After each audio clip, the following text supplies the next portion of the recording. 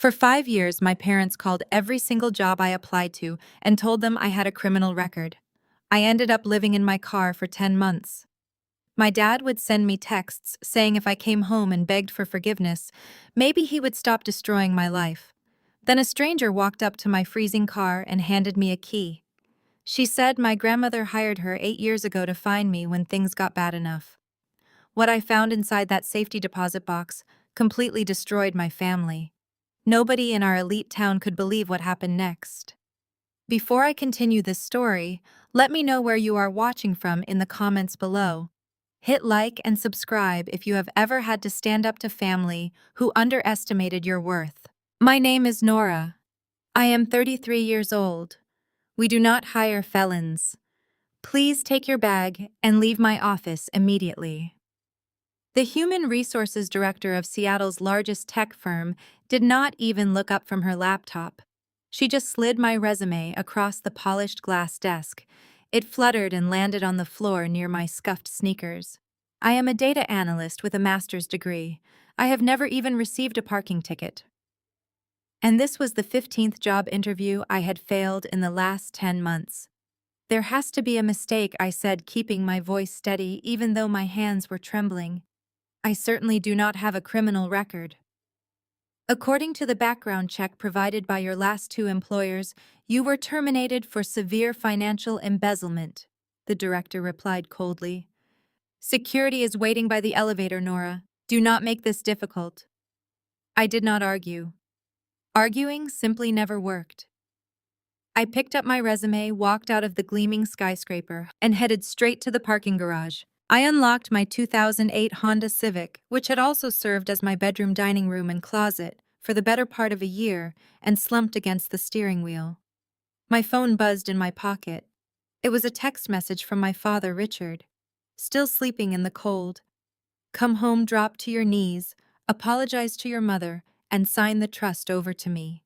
Do that, and maybe I will make these bad background checks disappear. You cannot outsmart me, Nora. I stared at the screen. The horrific truth settled in my chest like a block of ice. It was not a glitch in the background check system. It was my very own parents. They were systematically sabotaging every single job I applied for.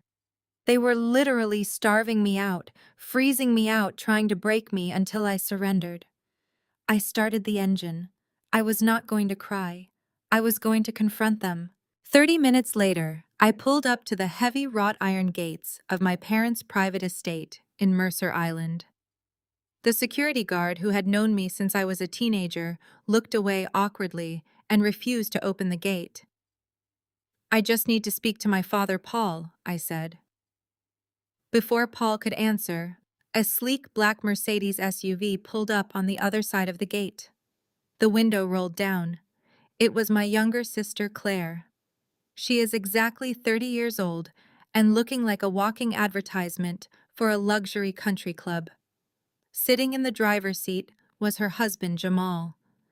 Jamal is a prominent African-American real estate broker who wore custom Italian suits and an air of unbearable arrogance. He had always hated me entirely because I saw right through his flashy new money facade. Well, look what the cat dragged in, Jamal sneered, resting his expensive watch on the windowsill. You are blocking the gate, Nora. Some of us actually have properties to sell and money to make. Tell Dad to stop calling my potential employers and lying about a criminal record, I said, ignoring Jamal and looking straight at Claire. Tell him to call off his dogs, Claire. I am homeless. Claire sighed, adjusting her designer sunglasses.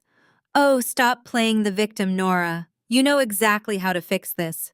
Just sign the management of our grandmother's trust over to Dad. You clearly are not stable enough to handle money. Look at you. You look like you crawled out of a dumpster.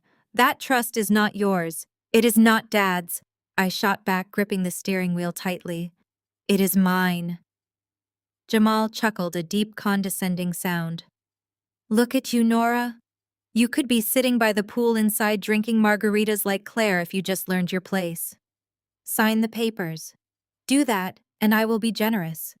I will let you scrub the floors at my real estate firm for minimum wage. At least you will be indoors. I would not scrub your floors if I was starving Jamal. Which I am, I snapped. And we all know you are not half the businessman you pretend to be. You are just a parasite feeding off my parents' bank accounts. Jamal's smug smile vanished instantly. His eyes narrowed into a cold, hard glare. Watch your mouth. I am the one putting millions into this family's portfolio while you live in a Honda. You have always been jealous of what we have.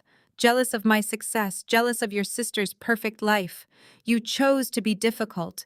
You chose to rebel against your own parents, and this is the consequence. The sheer audacity of his words made my blood boil. They were stealing my future and framing it as a life lesson. I glared at them, refusing to back down. My parents had built a fortress of lies, and Jamal was their eager gatekeeper defending a kingdom built on my stolen inheritance. I was never going back to that toxic environment ever again in my entire life, no matter what happened to me today. "Is there a problem here?" a sharp voice interrupted from the driveway. I turned my head and saw my father, Richard, marching down the paved path. He was flanked by my mother, Cynthia, who was clutching her purebred Pomeranian. She looked at me through the iron bars, as if I were a contagious disease she might catch wearing a pristine cashmere coat that probably cost more than my entire vehicle. "She is throwing a tantrum again, Dad," Claire whined from the passenger seat of the luxury SUV. "Jamal even offered her a job and she insulted him. We are just trying to help her out of the gutter." Richard stepped right up to the wrought iron gate.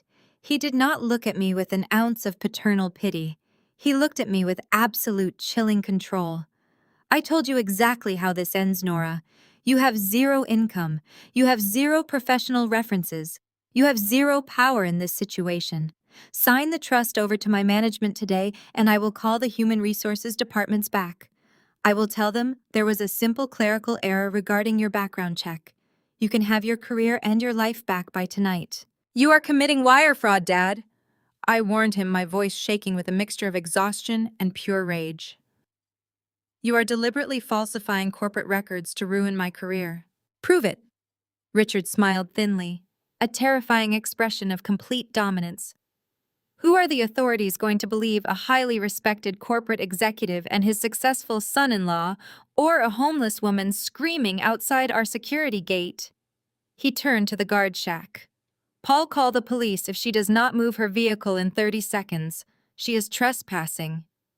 "You are a monster," I whispered, staring into the cold eyes of the man who raised me. "I am a pragmatist," Richard replied coldly. "Go back to your car, Nora. Think about how cold it is going to get tonight. Think about whether your stubborn pride is worth freezing to death over."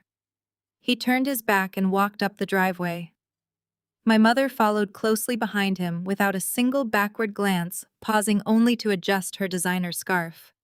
Jamal rolled up his window with a final mocking grin, and the Mercedes reversed back up the pristine driveway, leaving me completely shut out. I was utterly alone.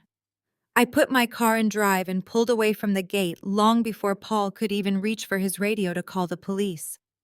I drove aimlessly for miles, until I found a deserted 24-hour supermarket parking lot on the outskirts of Seattle. I parked under a flickering street lamp, killed the engine, and climbed into the back seat. The air was dropping to near freezing temperatures. It was mid-November, and the brutal cold seeped right through the thin metal doors of the Honda, chilling me to the absolute bone. I wrapped myself tightly in a cheap worn sleeping bag I had bought months ago at a discount store. My stomach cramped violently with hunger. I had eaten nothing but a stale granola bar in the last 24 hours. I stared at the ceiling of my car, watching my own breath form small clouds of white vapor in the freezing air. I wondered how much longer my body could actually survive this punishment. The physical toll was devastating, but the psychological warfare was entirely destroying my mind. My own father was hunting me for sport. My own sister was cheering him on. I squeezed my eyes shut, fighting back the tears. Crying wasted precious energy. Crying made you colder. But the absolute desolation of my reality was suffocating. I had done everything right in life. I had studied hard, stayed out of trouble, built a solid career, and they had dismantled it piece by piece simply because I refused to surrender my grandmother's legacy to them. I pulled the damp sleeping bag over my head, preparing for another agonizing, sleepless night in the freezing parking lot. Then a sudden blinding light flooded my windshield. I bolted upright, my heart hammering violently against my ribs. I scrambled forward to the driver's seat, ready to jam the key into the ignition and hit the panic alarm. My first terrifying thought was that Richard had sent someone to intimidate me, or worse, to forcibly drag me back to the estate. A sleek black Lincoln Town Car had parked horizontally directly across my hood, completely blocking me into the parking space. The heavy doors of the luxury vehicle swung open. I braced myself. A woman stepped out into the freezing night air.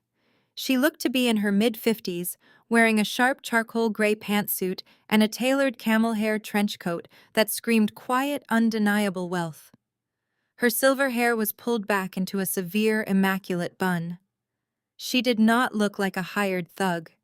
She looked like a high-powered executive walking confidently into a hostile corporate boardroom. She strode purposefully toward my car, her heels clicking sharply against the icy asphalt.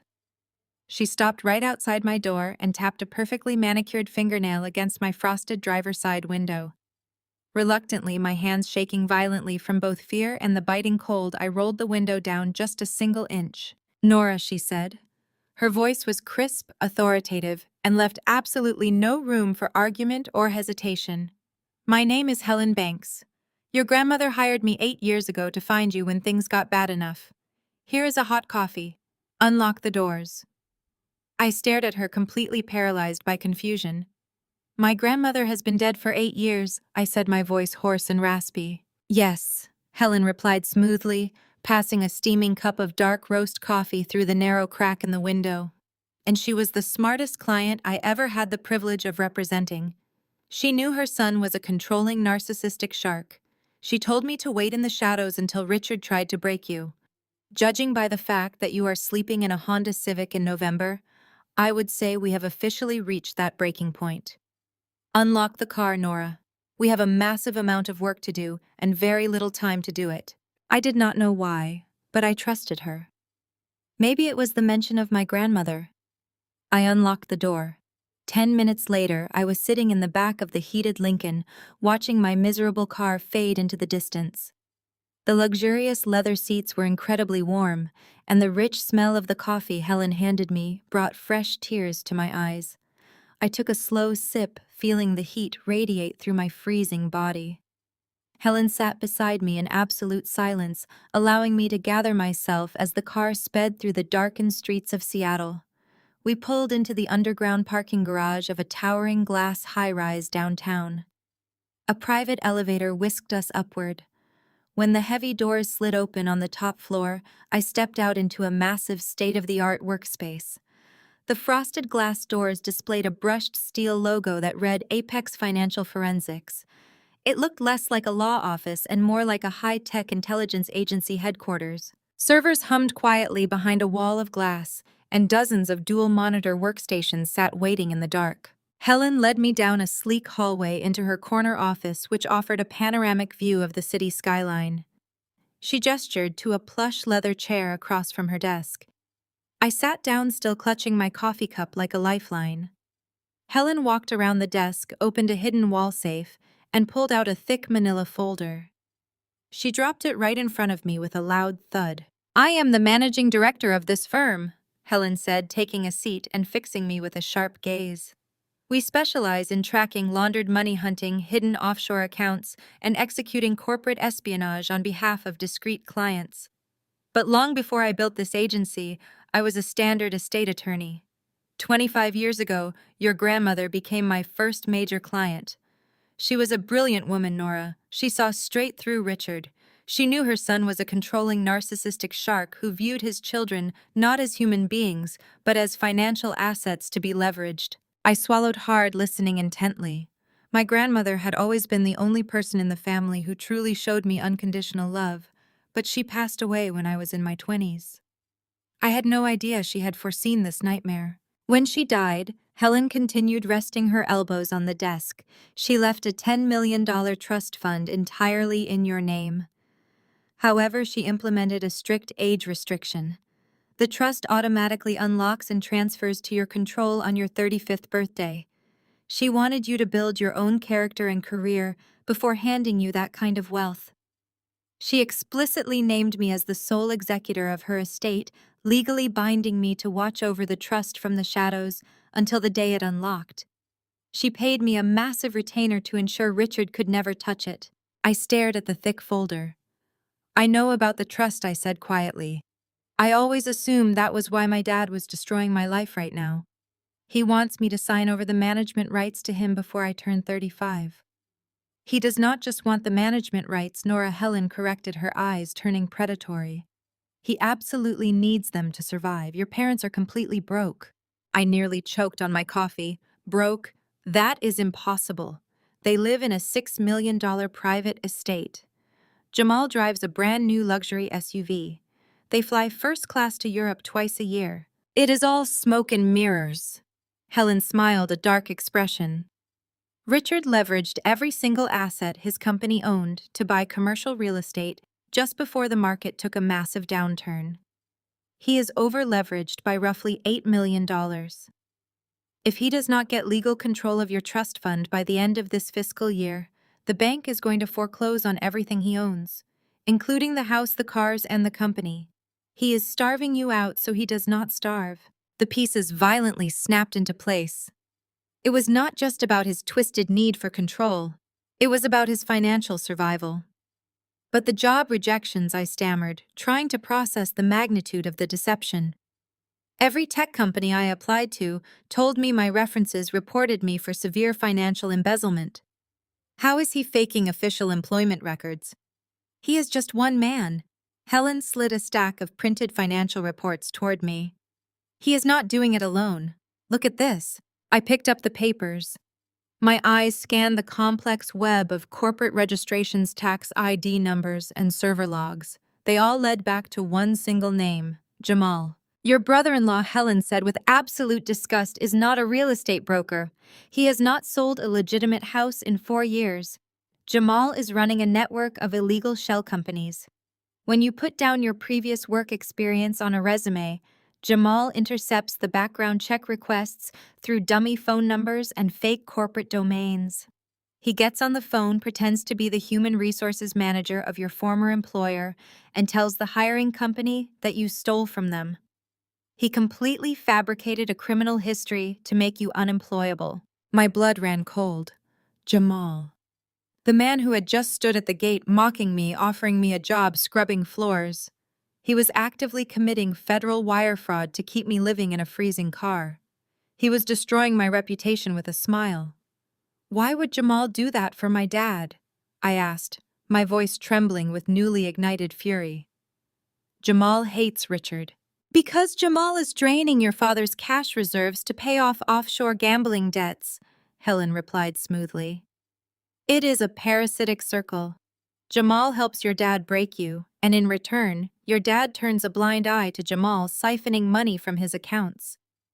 Claire is completely blind to it all. There is something much worse, Helen said softly. She reached into the thick folder and pulled out a heavy legal document officially stamped by the state court. I had a contact at the courthouse flag this for me yesterday morning, she explained, sliding the stack of papers across the desk. Read the title. I took the document with trembling hands. My eyes scanned the bold black letters printed across the top of the first page. Petition for conservatorship. What is this? I asked, my heart suddenly hammering violently against my ribs. Your father filed this exactly 3 days ago, Helen stated grimly. He is officially petitioning a state judge to grant him a full conservatorship over your entire life.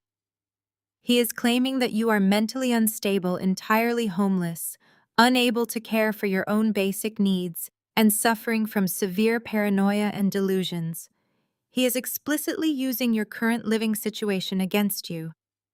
The very situation he artificially created is now his primary proof to the court that you desperately need a legal guardian. I dropped the paper onto the glass desk as if the pages physically burned my fingers. Like what happened to that famous pop star a few years ago, I asked, feeling the air completely leave my lungs. Exactly like that, Helen nodded sharply. If the judge signs this petition, you lose all your basic civil rights instantly. Richard will gain complete and total control over your medical decisions, your housing arrangements, and most importantly, your finances. The $10 million trust fund your grandmother left you will immediately fall into his lap, completely bypassing the age restriction she set. You will never see a single dime of it, and you will never be a free woman again. Panic clawed viciously at my throat. I have to fight this immediately, I insisted, gripping the armrests of my leather chair. I have to hire a lawyer and go to court to stop him. With what money? Nora Helen challenged, her voice turning sharp and highly pragmatic. You have absolutely nothing right now. They have highly paid corporate litigators ready to crush you. If you walk into that courtroom tomorrow morning, you look exactly like the crazy, homeless, and destitute daughter they claim you are. You will definitively lose before you even open your mouth to defend yourself. Then what do I do? I demanded, tears of sheer frustration finally spilling over my freezing cheeks. Do I just sit back, let them lock me away in a medical facility and watch them steal my entire life? Helen closed her laptop with a loud, definitive snap. She leaned forward slowly, her silver hair catching the ambient light of the city skyline outside the window. No, Helen said, looking me dead in the eye. You go to war against them. But you do not fight them in a rigged courtroom where they hold all the power. You destroy them in public, where they simply cannot ever hide from you again. Helen stood up from her leather chair and walked over to a heavy steel safe embedded in the wall. She entered a quick combination code and pulled out a sleek black magnetic key card. She walked back and placed it on the glass desk right next to my coffee cup. What is this? I asked, looking down at the small piece of plastic. This opens the penthouse suite on the 42nd floor of this building, Helen explained smoothly. It belongs to my firm. It is entirely secure, completely untraceable, and fully stocked with food, toiletries, and fresh clothing. You are no longer homeless, Nora. Your days of sleeping in a freezing vehicle are officially over. I stared at the keycard, utterly overwhelmed by the sudden massive shift in my reality. Why are you doing all of this for me? I told you earlier, Helen replied, her voice remaining crisp and highly professional. Your grandmother paid me a very generous retainer 8 years ago. But more than that, I absolutely despise financial predators who use their own family as vulnerable prey. Furthermore, I have an official job offer for you. A job offer, I asked, sitting up straighter in my chair. You have a master's degree in data analytics, Helen said, gesturing to the sprawling array of advanced computer monitors visible through her frosted glass office doors. My firm tracks dirty money for a living. Jamal is not just faking your employment references to keep you destitute. He is using a highly sophisticated cryptocurrency tumbling service to hide the massive amounts of money he is quietly stealing from your father. I need someone who can crack his transaction history map, the exact IP addresses of his fake shell companies, and build a bulletproof federal case for the authorities. You work for me. You use my resources to build the weapon that executes your family financially and legally. Do we have a deal? I looked down at the magnetic keycard. Then I looked out the floor-to-ceiling windows at the glittering Seattle skyline. For 10 excruciating months, I had been surviving on scraps, shivering in the back seat of a freezing car, wondering what I had done to deserve such relentless punishment. I had begged for mercy from people who viewed my existence as a massive inconvenience. A fierce burning heat rapidly replaced the cold panic in my chest. The terrified broken girl who had cried outside those wrought iron gates just an hour ago was officially dead. I reached out and grabbed the keycard tightly in my fist. I met Helen's piercing gaze without a single ounce of hesitation. Where do I sign?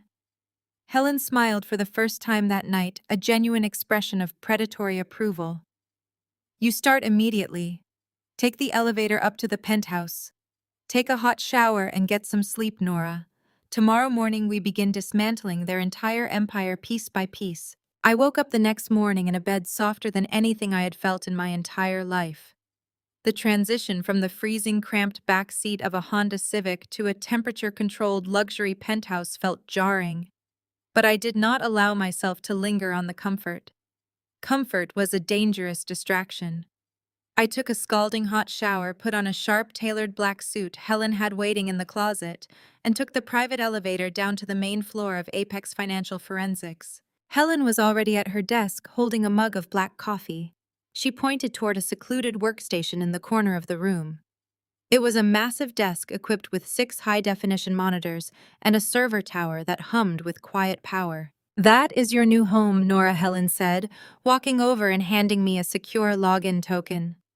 "You have unlimited access to our proprietary financial tracking databases, public record archives, and offshore registry scanners. I want you to tear your father's financial history down to the studs. Find the bleeding artery." I sat down in the ergonomic chair and swiped the security token. The screens flared to life, casting a pale blue glow across my face. I cracked my knuckles and went to work. For the first 4 hours, I simply mapped the corporate structure of my father's primary holding company. On the surface, Richard appeared to be the undisputed king of Seattle commercial real estate. His firm boasted a portfolio of prime downtown office spaces, luxury retail strip malls, and a newly acquired waterfront development project. He and my mother, Cynthia, attended charity galas, hosted exclusive country club dinners, and maintained a flawless image of generational wealth. They projected absolute financial invincibility. But data never lies. Data does not care about country club memberships or custom-tailored Italian suits. I began pulling the property deeds and cross-referencing them with public loan registries. A glaring pattern emerged almost immediately. My father had not purchased the waterfront development project with liquid cash or corporate profits. He had financed it by taking out massive secondary mortgages on his existing office buildings. I ran the algorithms deeper, tracking the specific interest rates on those commercial loans. My breath caught in my throat as the numbers populated across my screens in stark red columns. Richard had secured variable rate bridge loans. When the commercial real estate market took a sudden downturn last year, the interest rates on his massive loans skyrocketed. "He is drowning," I whispered to myself, clicking furiously to open another set of documents. I pulled up the property records for my parents' private Mercer Island estate, the very same gated mansion I had been thrown out of the night before. The $6 million house was entirely mortgaged. In fact, Richard had taken out a third line of credit against the residential property just to cover the skyrocketing interest payments on his failing commercial buildings. I kept digging my eyes, scanning line after line of financial desperation. My parents were completely cash poor. Their entire existence was a carefully constructed house of cards built on toxic debt and high-risk leverage. Cynthia's lavish lifestyle, the designer clothes, the purebred dogs, the expensive jewelry was all being funded by maxed-out corporate credit lines that Richard was illegally shifting around to avoid triggering bank audits. Helen walked over and stood behind my chair, watching the data cascade across my monitors. She crossed her arms, letting out a low whistle of approval. "You found the rot," Helen stated matter-of-factly. "It is worse than you thought," I said, pointing at the central monitor. "Richard is bleeding cash from every single major asset. His commercial tenants are vacating because he stopped paying for basic building maintenance. He cannot afford the upkeep because every liquid dollar he has is going straight to the bank just to stave off foreclosure. He has maybe 2 months of runway left before the entire empire completely collapses and the creditors seize everything he owns, including his personal home." Helen added, her eyes narrowing at the screen. "Cynthia will lose her country club status. They will be publicly humiliated and financially ruined." The realization hit me with the force of a freight train. The relentless job sabotage, the fake criminal background checks, the petition for a legal conservatorship. None of it was about my mental health. None of it was about teaching me a lesson or forcing me to respect their authority. It was pure, unadulterated desperation. My grandmother's $10 million trust fund was the only liquid asset left that could save them from total annihilation. Richard needed my money to pay off his toxic bridge loans. He needed to prove I was legally incompetent, so he could seize the trust before my 35th birthday and inject that cash directly into his failing holding company. He was willing to destroy his own daughter, force her into homelessness, and lock her in a psychiatric facility just to maintain his facade of wealth. The sheer cruelty of it made my stomach churn, but the anger quickly burned away the nausea. They had tried to break me, but their desperation had left a massive trail of digital evidence. They were vulnerable. Every time Richard moved money from a business account to cover Cynthia's personal credit card debt, he was commingling funds. He was violating federal banking covenants. I isolated these specific transactions, creating a digital roadmap of their financial fraud. I saved every receipt, every loan document, and every illegal transfer into a highly secure encrypted folder on the firm's central server. I was building the exact weapon I needed to destroy them. I was going to let them walk right into their own trap. But as I continued to map the outbound cash flow from my father's primary corporate account, a strange anomaly caught my eye. The numbers did not align with his loan payments. "Wait," I said, leaning closer to the third monitor. I squinted at the data string. "Helen, look at this outgoing wire transfer log." Helen leaned in her eyes, tracking the highlighted column. "What am I looking at, Nora?" "Richard is desperate for cash to pay the banks," I explained, my fingers flying across the keyboard to isolate the data. But these massive monthly withdrawals are not going to his creditors. Hundreds of thousands of dollars are being wired out of his emergency reserve account and disappearing completely. "Where is it going?" Helen asked, her voice dropping to a serious whisper. "I am not sure yet," I replied, staring at the encrypted destination routing numbers. "But whoever is taking this money is draining my father's last remaining lifeline. I am going to find out exactly who it is." I launched a tracer protocol on the encrypted destination routing numbers. The money was moving fast, bouncing through a series of intermediary banks before vanishing into the blockchain. Financial criminals often use a process called tumbling to obscure cryptocurrency transactions. They mix clean money with dirty money across thousands of microtransactions, making it incredibly difficult for standard auditors to follow the original cash flow. But I was not a standard auditor. I was a desperate woman with access to the most powerful financial forensics software in the world, and I had a personal score to settle. I sat in the glow of my monitors, typing relentlessly as the city of Seattle woke up around me. I pulled the digital thread, unraveling the complex knot of shell companies. The wire transfers from my father's emergency reserve account were going to an LLC registered in Delaware under the name Apex Holdings. From there, the funds were converted into Bitcoin. The Bitcoin was then routed through 3 different international exchanges before finally landing in a digital wallet registered in the Cayman Islands. I needed the identity of the wallet holder. I cross-referenced the server hosting the Delaware LLC with the IP addresses I had pulled yesterday. The addresses matched perfectly. The server was physically located inside a downtown Seattle office suite. An office suite leased to Jamal's supposed luxury real estate brokerage. I leaned back in my chair, staring at the screen in absolute disbelief. Jamal, the arrogant brother-in-law who had mocked me at the gate. The man who wore custom Italian suits and bragged about bringing millions into the family portfolio. He was the one bleeding my father dry. Helen returned to my workstation holding a fresh cup of coffee. She glanced at the data mapping out the offshore accounts. "You found the leak," she noted. "It is Jamal," I said, pointing to the final destination wallet. "He is siphoning hundreds of thousands of dollars directly from Richard's emergency reserves. My dad thinks he is moving assets around to hide them from the bank auditors, but Jamal is intercepting the transfers." "Why?" Helen asked, leaning closer to the monitors. "Real estate brokers usually hide money to evade taxes, not to send it to the Cayman Islands." "Because he is not a real estate broker," I replied, pulling up Jamal's official business filings and state licensing records. I checked the multiple listing service for the entire Pacific Northwest region. Jamal has not closed a single property sale in 4 years. His brokerage firm is nothing but an empty shell. It is a completely fake business designed to launder money and create an illusion of massive success.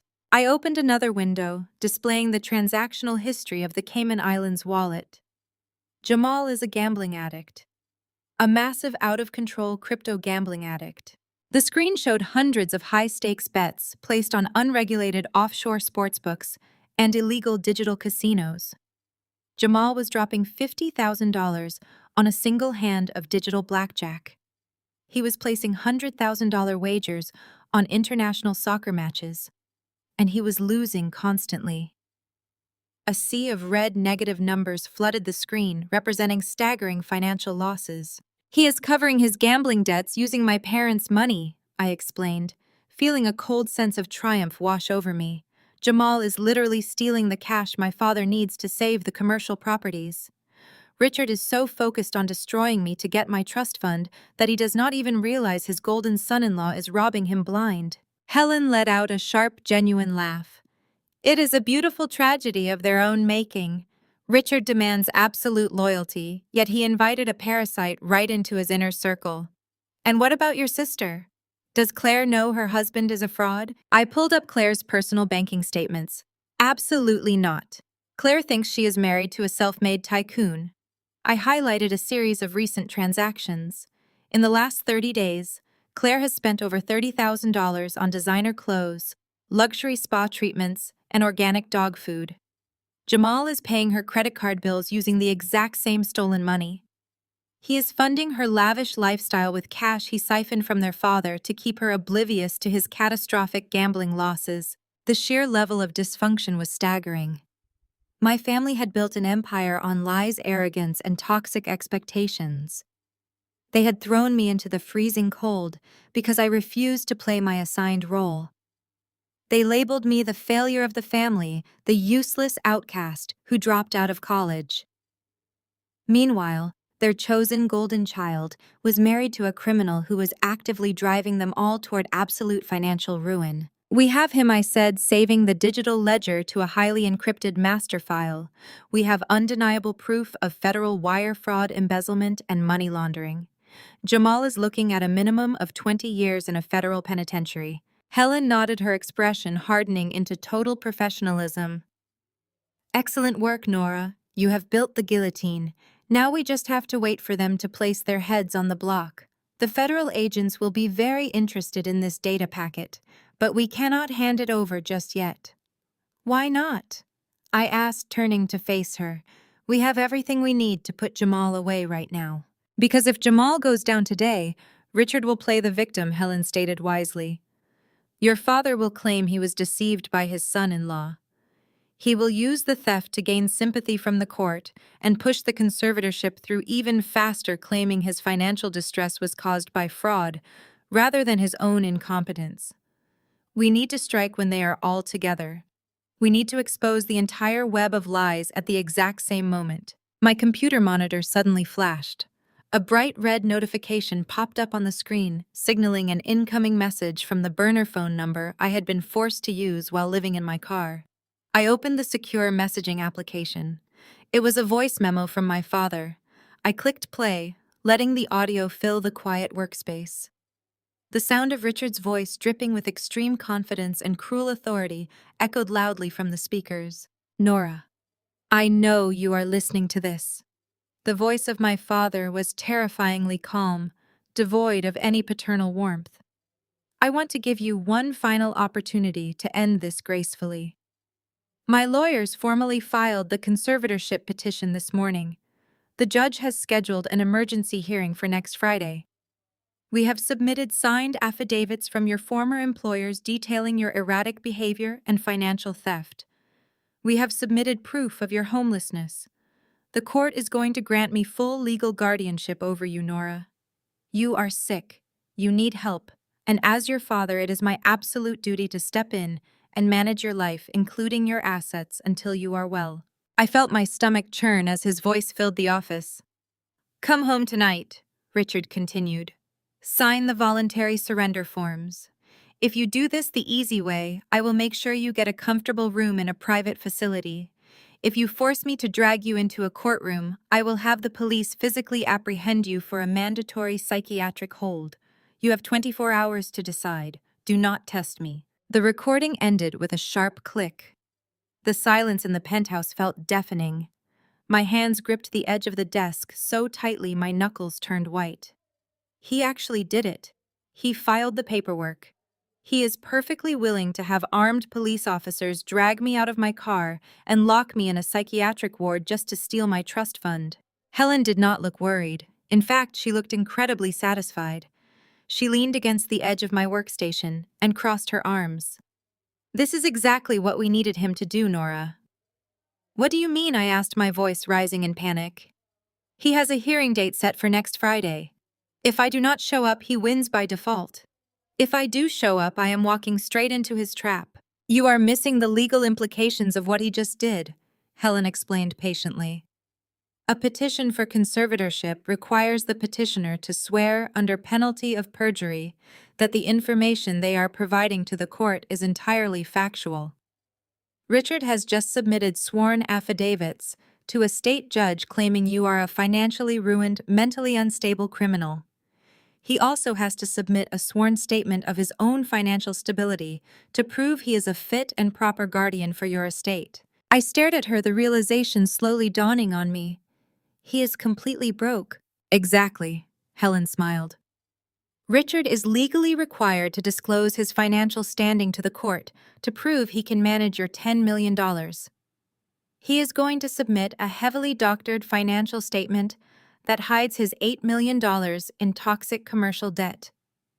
He is going to hide the fact that Jamal is siphoning hundreds of thousands of dollars from his corporate accounts to offshore gambling sites.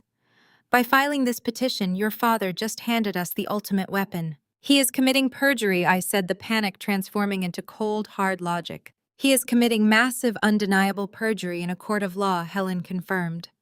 But it gets even better. Jamal provided those fake employment affidavits. That means Jamal is now legally implicated in a conspiracy to defraud a state court. When people lie on their taxes, they get fined. When people lie to a judge to steal a $10 million trust fund while simultaneously committing federal wire fraud and international money laundering, they go to federal prison for a very long time. So we let them do it, I said, looking at the dark screens of my monitors. We do not fight the petition right now. We let them walk into court and lie under oath. We let them build their own gallows, Helen agreed. We wait until they are completely locked into their sworn testimonies. We let them believe they have won, and then we drop the hammer. But to do that, we need to gather every single piece of financial evidence before that hearing. I want bank routing numbers. I want the IP addresses of Jamal's shell companies verified by independent servers. I want the exact dates and times of every single fake reference call he made. We need to construct a data packet so impenetrable that the Federal Bureau of Investigation can arrest them without a single moment of hesitation. I turned back to my keyboards. My fingers hovered over the keys. The exhaustion that had plagued me for the last 10 months was completely gone. I was running on pure adrenaline and the promise of absolute justice. I pulled up the court docket system using Helen's access codes. I found the conservatorship filing. Richard had indeed submitted a heavily redacted financial disclosure, claiming a net worth of over $40 million.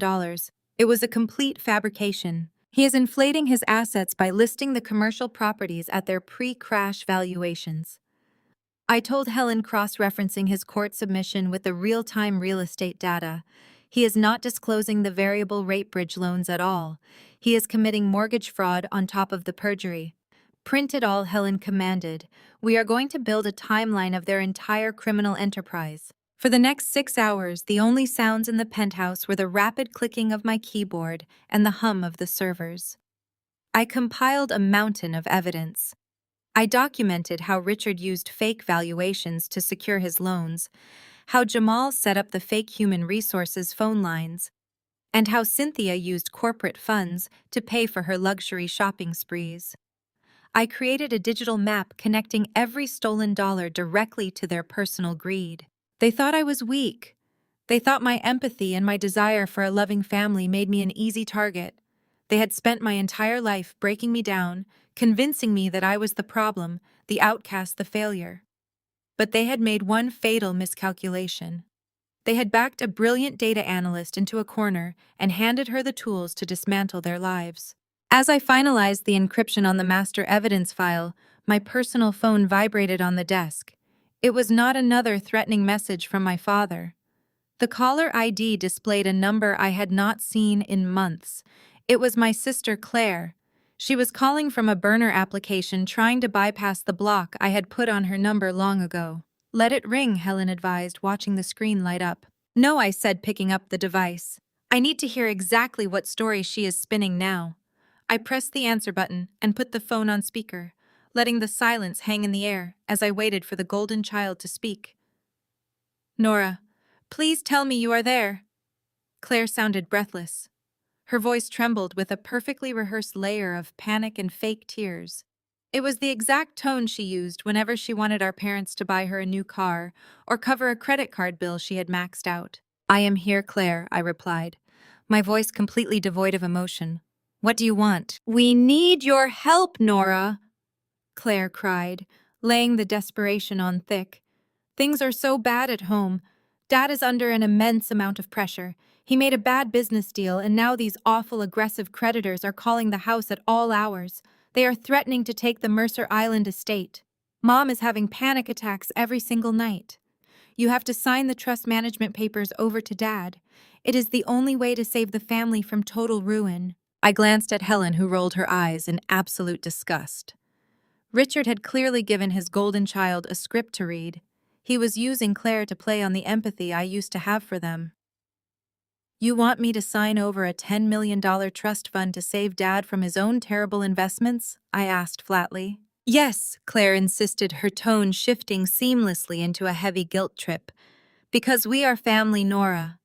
Families help each other in times of crisis. You have been so selfish lately, running away and making Dad worry about you sleeping on the streets. If you just sign the papers, Dad can pay off these horrible creditors, and we can all go back to normal. Jamal is working overtime trying to fix this, but he cannot do it alone. You can be the hero here. Just tell me where you are, and I will bring the legal documents to you right now." I looked at the glowing monitor displaying Claire's most recent financial statements. The sheer audacity of her lies was staggering. "You sound incredibly stressed for someone who just dropped $14,000 at a luxury ski resort in Aspen last Tuesday," I said. The line went dead silent. The fake crying stopped instantly. "How do you know about Aspen?" Claire demanded, her voice suddenly sharp, high, and completely defensive. "I know everything, Claire," I replied coldly. "I know Dad is drowning in toxic commercial debt. I know Jamal is not a successful real estate broker. And I know you are sitting in a $6 million house built entirely on financial fraud. Tell Richard his conservatorship petition is an absolute joke. I will not sign a single piece of paper, and I will never give this family a dime." "Nora, you listen to me right now!" Claire shrieked, her true venomous nature finally breaking through the fragile facade. "You are a homeless loser. We will have you locked in a psychiatric ward by next Friday." "Enjoy your fake wealth while it lasts, Claire," I said. I pressed the end call button and tossed the burner phone directly into the trash can next to my desk. I looked back at the monitors, my focus sharpening to a razor edge. The trap was officially set. Now I just needed to track the rest of the stolen money. I dragged my attention back to the primary monitor, cracking my knuckles. The offshore accounts were heavily encrypted, but Helen's software was specifically designed to dismantle financial camouflage. I initiated a deep packet inspection on the Delaware shell company Jamal was using as his primary laundering hub. The code ran across the screen in a rapid blur of green and white digits. I needed to see exactly how much capital Jamal was actively bleeding from my father's holding company before the inevitable collapse. For 20 minutes, the penthouse office was entirely silent except for the rhythmic clacking of my keyboard. Then a massive alert triggered on my third monitor. A transaction flag illuminated the screen in bright red. I leaned forward, my eyes widening as the data decrypted itself line by line. "Helen," I called out, my voice tight with absolute disbelief. "You need to see this right now." Helen walked over briskly, setting down her coffee cup. She leaned over my shoulder, tracking the specific data string I had just highlighted. "Jamal just moved a massive sum of money," I explained, pointing at the origin ledger. "He initiated a wire transfer exactly 48 hours ago. He pulled a staggering $600,000 directly out of Richard's corporate emergency reserve account." Helen let out a sharp breath. $600,000.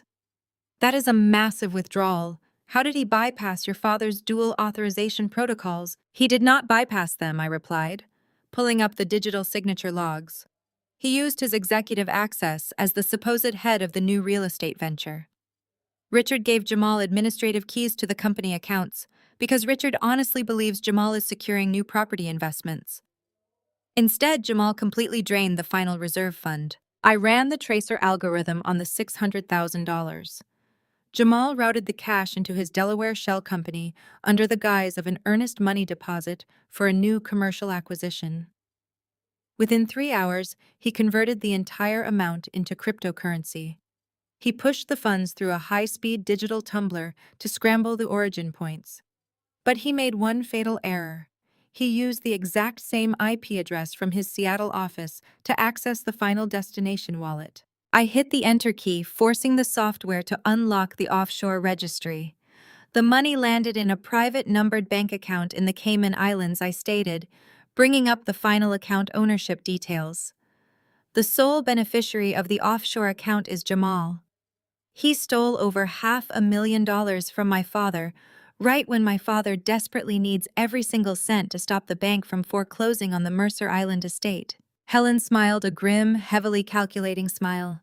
Your father is preparing to go to court and commit federal perjury to steal your $10 million trust fund. Meanwhile, his golden son-in-law has already stolen his last remaining financial lifeline. The absolute hubris of these men will be their ultimate destruction. I saved the routing data, the IP addresses, and the forged signature logs directly into our master evidence file. We had the wire fraud, we had the money laundering, we had the exact location of the stolen funds. The trap was fully armed, and Jamal had just handed me the remote detonator. I knew having the digital paper trail was only half the battle. To secure a federal indictment for wire fraud, the authorities needed irrefutable proof of the act itself being committed across state lines. Jamal had been using his fake human resources setup to ruin my life for nearly a year. But I needed to catch him in the exact moment he dropped the guillotine. I needed a live recording. Helen authorized me to use the firm's most aggressive surveillance software. I spent the next morning embedding a monitoring protocol directly into the voice-over internet protocol system Jamal was running out of his Seattle real estate office. I bypassed his flimsy firewalls and linked his incoming call logs to my primary workstation. Whenever the fake human resources number rang my computer, intercepted the signal, duplicated the audio feed, and recorded the conversation in real time. But I could not just wait around for an old job application to trigger a background check. I needed to force his hand immediately. I needed to bait the trap. Using a secure server, I submitted a highly competitive application for a senior data analyst position at a massive financial technology firm located in San Francisco, California. Because the company was headquartered in a different state, any call Jamal answered from them crossed state lines. That single geographical detail elevated his actions from a local misdemeanor to a federal felony. I attached my resume. I listed the fake corporate number Jamal had set up as my primary employment reference. And then I waited. The tension in the penthouse over the next 48 hours was thick. I barely slept. I sat at my desk, my eyes glued to the incoming traffic monitor, drinking endless cups of black coffee. Helen paced the floor behind me, reviewing the offshore banking files I had cracked earlier in the week. We had already forwarded the initial financial data to her contacts at the Federal Bureau of Investigation, but we both knew a live audio recording of the fraud in progress would seal Jamal's fate forever. On Thursday afternoon at exactly 2:15, my center monitor flashed a brilliant pulsing red. An incoming call was hitting Jamal's fake server. The origin location displayed on my screen confirmed it was the Human Resources Department of the San Francisco technology firm.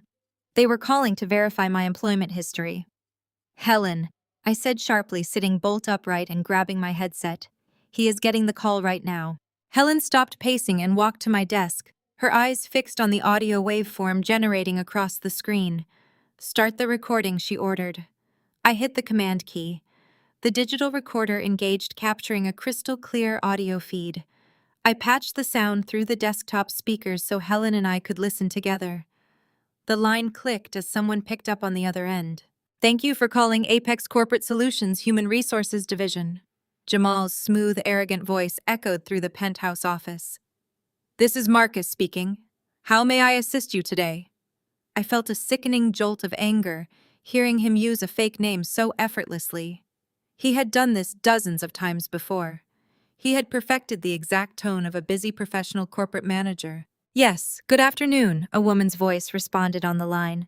I am calling from San Francisco regarding a background verification for a candidate named Nora. She listed your firm as her previous employer. We are strongly considering her for a senior analytics position, but we need to verify her employment history and verify if she is eligible for rehire. There was a brief calculated pause on the line. I could practically see Jamal sitting in his empty real estate office, grinning as he prepared to ruin my life yet again. I am very sorry to say this, Jamal said, injecting his voice with a heavy dose of fake professional regret. We legally have to disclose these matters to prevent liability. Nora was indeed employed here, but she was terminated under extremely serious circumstances 10 months ago. She is absolutely not eligible for rehire. Oh, the woman in San Francisco sounded taken aback. May I ask what happened? Jamal did not miss a single beat. Nora was caught orchestrating a massive embezzlement scheme. She used her data access to siphon over $50,000 from our corporate client accounts. We chose not to press criminal charges because her father begged us to show mercy due to her severe mental instability, but she is highly erratic and completely untrustworthy. I advise against bringing her into your organization. My hands curled into tight fists on my desk. The sheer venom in his lies was breathtaking. He was not just preventing me from getting a job. He was actively assassinating my character, feeding into the exact same false narrative my father had constructed for his conservatorship petition. They had choreographed this entire storyline perfectly. I understand, the hiring manager said, her tone turning brisk and deeply uncomfortable. Thank you for your transparency. We will remove her from consideration immediately. Have a good day. The call disconnected. I stopped the recording and saved the audio file to 3 separate encrypted hard drives. I leaned back in my chair, exhaling a long, shaky breath. We got him. We certainly did. Helen smiled, her eyes gleaming with absolute satisfaction. She reached over and tapped a button on her desk phone. Send them in. The frosted glass doors of the penthouse office swung open. 2 individuals dressed in sharp, nondescript business suits walked in. They moved with the unmistakable, rigid posture of federal law enforcement. Helen coordinated their arrival earlier that morning, anticipating the trap would spring today, Nora Helen said, gesturing toward the newcomers. Allow me to introduce Special Agent Miller and Special Agent Davis from the Federal Bureau of Investigation Financial Crimes Division. They have been reviewing the offshore banking ledgers you cracked earlier this week. I stood up, squaring my shoulders as the agents approached my desk. Miss Banks informed us you had a breakthrough regarding the suspect's telecommunications fraud. Agent Miller said, his voice completely businesslike. I do, I replied, picking up a silver flash drive from my desk. I just intercepted and recorded Jamal actively engaging in wire fraud. He received a call from a hiring firm located in California. He impersonated a corporate human resources director and fabricated a criminal history to intentionally sabotage my employment prospects. The audio is incredibly clear, and I have the server logs proving the digital phone line is registered directly to his personal real estate office. Agent Davis took the flash drive from my hand, placing it securely inside a plastic evidence bag. This audio, combined with the cryptocurrency laundering trail you uncovered, gives us everything we need to secure a federal indictment. The suspect has moved $600,000 of stolen capital across international borders and used state telecommunications to commit ongoing fraud. He is looking at decades in a federal facility. When do we make the arrest? I asked, my voice completely devoid of mercy. Agent Miller exchanged a look with Helen before answering. Your father is hosting a massive charity gala at the Ritz-Carlton tomorrow. Jamal is scheduled to be the keynote speaker to solicit investments for his fake real estate venture. We plan to execute the arrest warrants during the event to secure his physical servers and prevent him from fleeing the country. Perfect, I said, looking out at the Seattle skyline. I have a party to attend. The digital invitations went out weeks ago, but the full press release for the Richard and Cynthia Foundation annual charity gala just hit the local business wires that morning. I pulled up the event website on my primary monitor, shaking my head at the sheer audacity of the operation. The landing page featured a high-definition photograph of my parents standing in front of a sprawling, completely fabricated architectural rendering. Beside them stood Jamal, wearing a bespoke suit, pointing confidently at a digital blueprint of what they were calling the Emerald Waterfront Initiative. It was a masterful illusion. The website described the initiative as a revolutionary blend of luxury commercial space and subsidized affordable housing.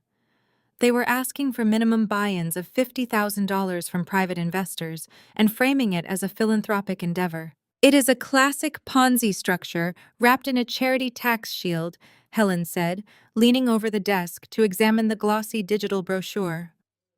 Jamal is using the charitable foundation to collect tax-free donations and direct investments. He claims the funds will be used to secure the waterfront zoning permits. But we know he does not even have a valid real estate license, let alone the capital to purchase commercial waterfront property. He is going to take the investment checks they collect tomorrow night, funnel them directly into his Delaware shell company, and tumble them into the cryptocurrency offshore accounts I explained, tracking the corporate registration numbers listed at the bottom of the event page. He is using my father's established social reputation to rob Seattle's wealthiest families blind.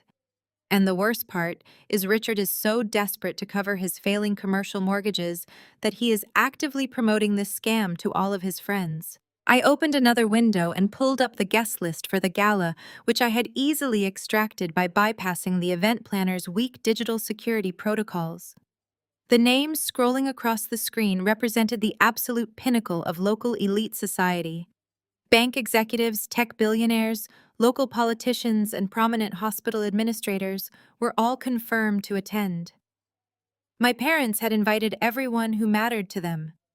They had invited everyone they wanted to impress. They were packing the Ritz-Carlton ballroom with the exact people who would completely destroy them once the truth came out. I checked my sister's social media accounts to see how the golden child was preparing for the biggest night of her life. Claire had been posting non-stop for the past 48 hours. Her latest video showed her spinning in front of a mirror at a high-end boutique wearing a stunning silver evening gown, dripping in sequins. "Getting ready for the biggest charity gala of the year," Claire said to the camera, flashing a brilliant, completely oblivious smile. "So incredibly proud of my amazing husband for leading the Emerald Waterfront Initiative. We are going to change the city skyline forever. Huge thank you to my dad for believing in our vision." I paused the video, staring at her perfectly manicured face. Claire was spending stolen money to buy a dress for a fake charity event where her husband was planning to launder millions of dollars from her own family's social circle. The level of delusion was almost impressive. She genuinely believed she was untouchable, resting safely at the very top of a financial empire that was actually a massive burning crater. "We need to make sure this data is completely unassailable," I told Helen, minimizing the video and bringing up the master evidence folder. "The federal agents are going to arrest Jamal, but I need to completely execute Richard and Cynthia socially. I want them to look their wealthy friends in the eye when the house of cards collapses. I need to hijack the audio-visual system in the Ritz-Carlton ballroom." Helen smiled, a sharp, dangerous expression that matched my own. "The hotel uses a standard wireless casting system for their main stage projectors," she said, pulling a specialized tablet from her briefcase. "My security team acquired the administrative login credentials for the ballroom network this morning. You will be able to cast your monitors directly to the massive screens behind the podium from anywhere inside the venue. When Richard takes the stage to ask for their money, you will show them exactly where their money is actually going." I spent the next several hours formatting the financial data into clear, undeniable visual presentations. I created a stark timeline showing Richard's failing commercial loans and the desperate illegal transfers he made to cover his margins. I designed a graphic tracking Jamal's $600,000 theft from the emergency reserve account, tracing the exact path the money took from Seattle to Delaware to the Cayman Islands. I included screenshots of Jamal's catastrophic offshore gambling losses, proving he was throwing away hundreds of thousands of dollars on digital blackjack hands. Finally, I isolated the audio file of Jamal committing federal wire fraud. I synchronized the recording of him lying to the California technology firm with visual evidence of my spotless employment record and the fake background check server logs. I built a presentation that would leave absolutely zero room for interpretation, denial, or manipulation. There would be no gaslighting their way out of this. When I finally leaned back from the monitors, the sun had gone down over the city. The trap was perfectly constructed. Every piece of data was verified, encrypted, and loaded onto a secure drive ready to be deployed. The federal agents had their arrest warrants signed by a federal judge. Helen had secured our entry into the gala under the guise of an anonymous corporate donor. I looked at my reflection in the dark glass of the office window. The exhausted, terrified woman who had slept in a freezing car and begged for basic human decency was completely gone.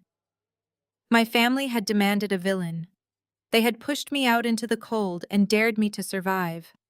I had survived, and tomorrow night I was going to give them exactly what they asked for. I shut down the workstation and prepared for the execution. The morning of the gala arrived with a heavy overcast sky that perfectly matched my cold, calculating mood. I walked into the main conference room of Apex Financial Forensics holding a thick black leather binder. It was heavy-packed with hundreds of pages of irrefutable, deeply verified data. This was the master compilation, the physical manifestation of my revenge. Helen was already seated at the head of the long mahogany table. Flanking her were Special Agent Miller and Special Agent Davis. They wore tactical windbreakers over their dress shirts, their badges clipped to their belts. They looked ready to dismantle a cartel. To them, my family was just another organized crime syndicate. To me, they were the people who had tried to bury me alive. I dropped the black binder onto the center of the table. The loud thud echoed in the silent room. "Everything you need to secure a federal conviction is in this master file," I stated, taking a seat directly across from the agents. "I have separated the evidence into 3 distinct sections to match your prosecution strategy." Agent Davis pulled the binder toward her and opened the cover. Her eyes scanned the meticulously organized index tabs. "Walk us through it, Nora," she commanded, pulling a pen from her breast pocket. I leaned forward, folding my hands on the table. Tab 1 contains the undeniable proof of federal wire fraud. I have included the complete audio transcript of Jamal impersonating a corporate human resources director. Behind that transcript, you will find the verified server logs tracing the fake phone numbers directly to the IP address registered at his downtown Seattle real estate office. He intentionally intercepted interstate background checks to completely destroy my employment prospects. The dates of his calls align perfectly with the dates of my job rejections. Agent Miller nodded, flipping to the second tab, and the money laundering. Tab 2 maps his entire offshore network, I explained, keeping my voice utterly devoid of emotion. Jamal used his administrative access to my father's holding company to initiate a series of unauthorized wire transfers. The ledger shows exactly $600,000 moving from Richard's emergency reserve account into a Delaware shell company named Apex Holdings. From there, I tracked the capital as it was tumbled into cryptocurrency and routed through 3 international exchanges. The final destination is a private wallet in the Cayman Islands. I have provided the digital keys and the access logs proving Jamal initiated every single transfer from his personal laptop. Helen tapped the table with her index finger. "He stole the money to cover catastrophic offshore gambling debts. The losses are staggering. Jamal is bleeding cash faster than he can steal it. Tonight's charity gala is simply his desperate attempt to solicit new investment capital to keep the Ponzi scheme afloat." Agent Davis turned to the final tab. "And this third section, that is the perjury and mortgage fraud," I said, feeling a surge of dark satisfaction. My father, Richard, filed a petition for a legal conservatorship over me earlier this week. To secure that hearing, he submitted a sworn financial disclosure to the state court, claiming a net worth of over $40 million. He claimed he was completely financially stable and fit to manage my $10 million trust fund. I paused, letting the silence build before delivering the killing blow. The documents in tab 3 prove he is completely insolvent. He leveraged his entire commercial real estate portfolio with variable rate bridge loans. He is over-leveraged by $8 million. He has been illegally commingling corporate funds with personal accounts to pay for his wife's luxury shopping habits. He lied to the court under penalty of perjury. He is committing massive financial fraud to seize my inheritance. Agent Miller closed the binder and looked at his partner. The evidence is absolutely flawless. We have enough here to secure search warrants for the real estate office, the Mercer Island estate, and the holding company headquarters. We will freeze their bank accounts by midnight. But we make the arrests at the gala. Helen insisted, her voice sharp and uncompromising. Richard and Jamal are planning to solicit millions of dollars from Seattle's wealthiest families tonight under the guise of a charitable real estate venture. If you arrest them before the event, Richard will call his high-priced lawyers and spin a narrative of a misunderstanding. He will claim Jamal acted alone. We need them to stand on that stage and publicly commit to the fraud. We need them to fall in front of their entire social circle, I added, looking directly at Agent Miller. They use their reputation to crush me. I want their reputation completely destroyed before you put the handcuffs on them. Agent Miller considered this for a long moment. We have a tactical team ready. We will position undercover agents at all the main exits of the Ritz-Carlton ballroom. We will lock down the loading docks and the service elevators. Nobody leaves the venue once the operation begins. And my role, I asked, my heart beating with cold, steady precision. You and Ms. Banks will enter the gala using the anonymous donor credentials we verified, Agent Davis explained. We will let your father and brother-in-law begin their keynote presentation. We need them speaking on a hot microphone pitching this fake real estate venture to the investors. Once they actively solicit the funds, they have officially committed the crime in front of federal witnesses. Then I get the floor, I stated. It was not a request. I am going to cast this financial data directly onto the massive projector screens behind their podium. I am going to show every single billionaire, bank executive, and politician in that room exactly where their charity money is going.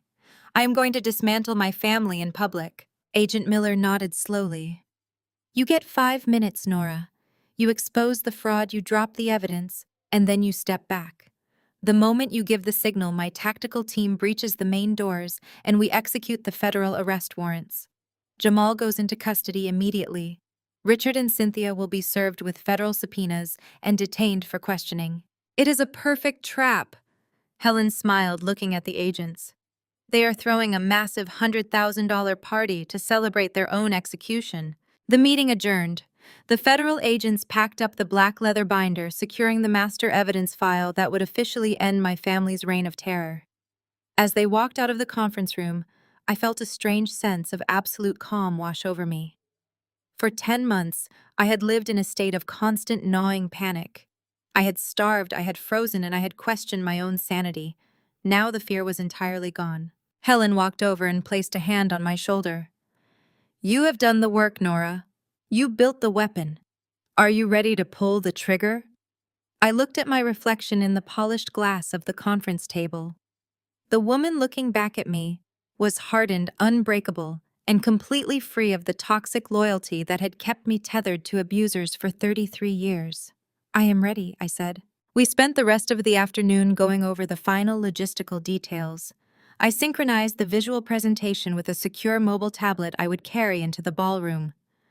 With one tap, I could override the Ritz-Carlton audio-visual system and display the offshore banking records, the fake background check logs, and the foreclosure notices for the entire world to see.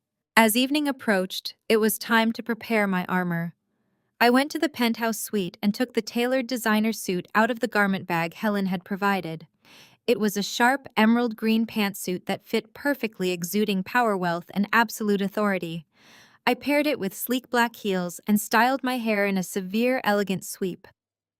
I applied my makeup with meticulous precision, highlighting the sharp angles of my face. I looked nothing like the broken, homeless daughter my father had chased away from his iron gates. I looked like his absolute worst nightmare. I picked up the secure tablet, tucked it under my arm, and walked to the elevator. The countdown had officially begun. Tonight, the house of cards would burn to the ground. The elevator descent from the penthouse felt like crossing a threshold between two completely different lifetimes. I watched the digital floor display tick downward, feeling the smooth fabric of the emerald green suit against my skin. Just 48 hours ago, I was shivering violently under a damp sleeping bag, rationing stale crackers and wondering if my father had finally succeeded in breaking my spirit. Now I was armed with a federal data packet and backed by the government. I touched the cold glass of the elevator door, meeting my own reflection. The desperate, exhausted girl was entirely gone. She died in the back of that freezing Honda Civic. The woman looking back at me was an executioner. Helen was waiting for me in the underground parking garage. The black Lincoln Town Car sat idling its sleek exterior, reflecting the harsh fluorescent lights overhead. She handed me a slim silver earpiece as I slid into the luxurious leather back seat. "The tactical units are already on site," Helen stated smoothly, tapping her own earpiece. "Agent Miller and Agent Davis have secured the perimeter. We are entering through the main lobby using the VIP donor credentials my team fabricated. Once inside, we head straight to the upper mezzanine. It gives us a tactical vantage point and a direct line of sight to the primary projector servers." I inserted the earpiece and activated my secure tablet. The screen glowed with the encrypted folders containing my family's complete financial ruin. "I am locked in," I replied, my voice steady and completely devoid of fear. "Let us go end this." The drive through downtown Seattle was a blur of neon lights and rain-slicked streets. As we approached the Ritz-Carlton, the sheer scale of my parents' grand illusion became undeniably apparent. A massive red carpet stretched from the hotel entrance down to the curb. Valets in crisp uniforms scrambled to park a continuous stream of luxury vehicles. Porsches, Bentleys, and Ferraris lined the driveway. Seattle's absolute wealthiest elite were pouring into the venue draped in designer gowns and custom tuxedos. They were bringing their checkbooks ready to invest in a philanthropic waterfront initiative that did not actually exist. Helen and I stepped out of the Lincoln and merged seamlessly into the crowd of billionaires and socialites. My emerald suit fit right in among the high fashion displays. We approached the heavy brass doors of the main ballroom. Two imposing security guards blocked the entrance holding digital guest lists. "Names," one of the guards asked, looking at us with professional scrutiny. Helen handed him two sleek black VIP cards. "Apex corporate donors," she said with a dismissive aristocratic wave of her hand. "We are guests of Richard and Jamal." The guard scanned the barcodes. A green light flashed on his device. "The system my firm hacked this morning worked flawlessly." He stepped aside and pulled open the massive doors. "Welcome to the gala, ladies." The ballroom was breathtakingly extravagant. Crystal chandeliers hung from the vaulted ceilings, casting a warm golden glow over 50 round tables draped in white silk. Massive floral arrangements towered over the centerpieces. Waiters carrying silver trays of champagne navigated smoothly through the sea of wealthy investors. At the very front of the room stood a large mahogany podium flanked by two colossal high-definition projection screens. Currently, the screens displayed the fraudulent architectural renderings of the Emerald Waterfront Initiative, complete with my family's foundation logo. Helen guided me away from the main floor, leading me up a sweeping marble staircase to the shadowed mezzanine balcony that encircled the upper perimeter of the ballroom. We stood perfectly hidden in the dim lighting, looking directly down at the stage. I leaned against the brass railing and scanned the crowd. It did not take long to spot them. My father Richard was standing near the front row holding a crystal glass and laughing heartily with a group of banking executives. He looked powerful, confident, and utterly oblivious to the federal agents quietly locking down the building. My mother Cynthia was holding court near the bar, showing off a diamond necklace that was undoubtedly purchased with illegally commingled corporate funds. Then I saw Claire and Jamal. My golden sister was wearing the silver sequined gown she had bragged about online. She was clinging to Jamal's arm, smiling vacantly at a group of older investors. Jamal looked incredibly smug. He was shaking hands, making sweeping gestures, playing the role of the visionary real estate broker to absolute perfection. He was currently standing in a room full of people he intended to rob blind to pay off his catastrophic cryptocurrency gambling debts. "Agent Miller, can you hear me?" Helen murmured into her earpiece. Loud and clear, the federal agent's voice crackled softly in my ear. "The loading docks are secure. The service elevators are disabled. Undercover units are positioned at all 4 main exits. The building is officially sealed. Nobody leaves. Give the word when you are ready for the breach." "Copy that," Helen replied. I placed my secure tablet on a high-top cocktail table located in the shadows of the balcony. I ran the network override command. A progress bar flashed across the screen calculating the bypass sequence for the hotel's central audiovisual system. The bar hit 100%. A bright green icon confirmed I now had absolute, undeniable control over the 2 colossal screens towering behind my father's podium. The trap was fully armed. The evidence was loaded. The public execution was imminent. Down on the main floor, the heavy classical background music began to fade out. The bright chandeliers slowly dimmed, plunging the audience into a dramatic, expectant hush. A single brilliant white spotlight snapped on, illuminating the mahogany podium at the center of the stage. My heart beat with a slow, mechanical rhythm. I felt no anxiety. I felt no lingering traces of the daughter who had desperately sought their love and approval. I watched my father straighten his tailored tuxedo jacket and confidently begin his walk toward the stage, stepping right into the crosshairs of federal justice. "It is starting," I whispered, resting my finger over the broadcast button on my tablet. "Burn it down," Helen said coldly. Richard stepped up to the microphone, smiling broadly at the sea of wealthy investors. The audience erupted into polite, enthusiastic applause. I stared down at the man who had ordered me to sleep in a freezing car. The countdown was completely over now.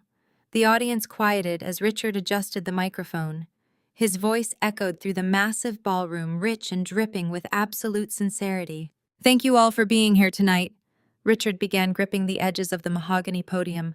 "Looking out at this room, I see the very best of Seattle. I see innovators, leaders, and philanthropists. But most importantly, I see people who understand the true value of legacy. We are gathered here to talk about the future of our beautiful city. But before we discuss blueprints and zoning permits, I want to talk about family." I gripped the railing of the mezzanine, my jaw set. The hypocrisy was physically nauseating. "A strong business is built on a strong foundation," Richard continued, gesturing toward the front row. "And my foundation sits right down there. My incredible wife, Cynthia, who has stood by my side through every triumph and every challenge, and my beautiful daughter, Claire." The spotlight shifted briefly to highlight Cynthia and Claire. They both offered perfect practice smiles to the clapping crowd. Richard did not mention his other daughter. I had been entirely erased from his public narrative, a loose end tied up and thrown away. "But a legacy requires new blood," Richard said, raising his voice to cut through the applause. "It requires fresh vision and relentless drive. That is why I am so incredibly proud to introduce the man spearheading the Emerald Waterfront Initiative, my son-in-law, Jamal." Jamal stood up from his front row seat. He buttoned his custom Italian suit jacket and waved to the room of billionaires, flashing a brilliant, arrogant smile. "Jamal is a visionary," Richard declared loudly.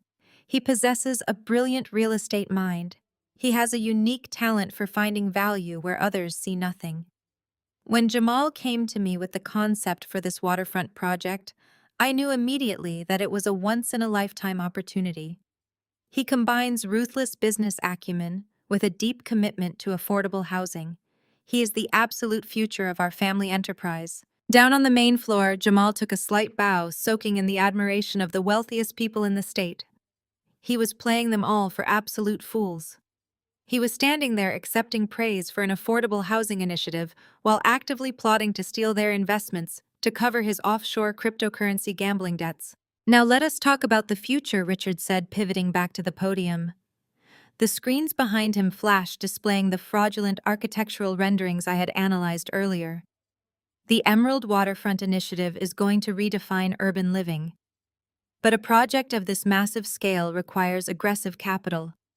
Tonight we are opening the initial funding round. We are seeking partner investments starting at $50,000. We already have commitments from several major banks, but we want to invite our closest friends to join this exclusive venture.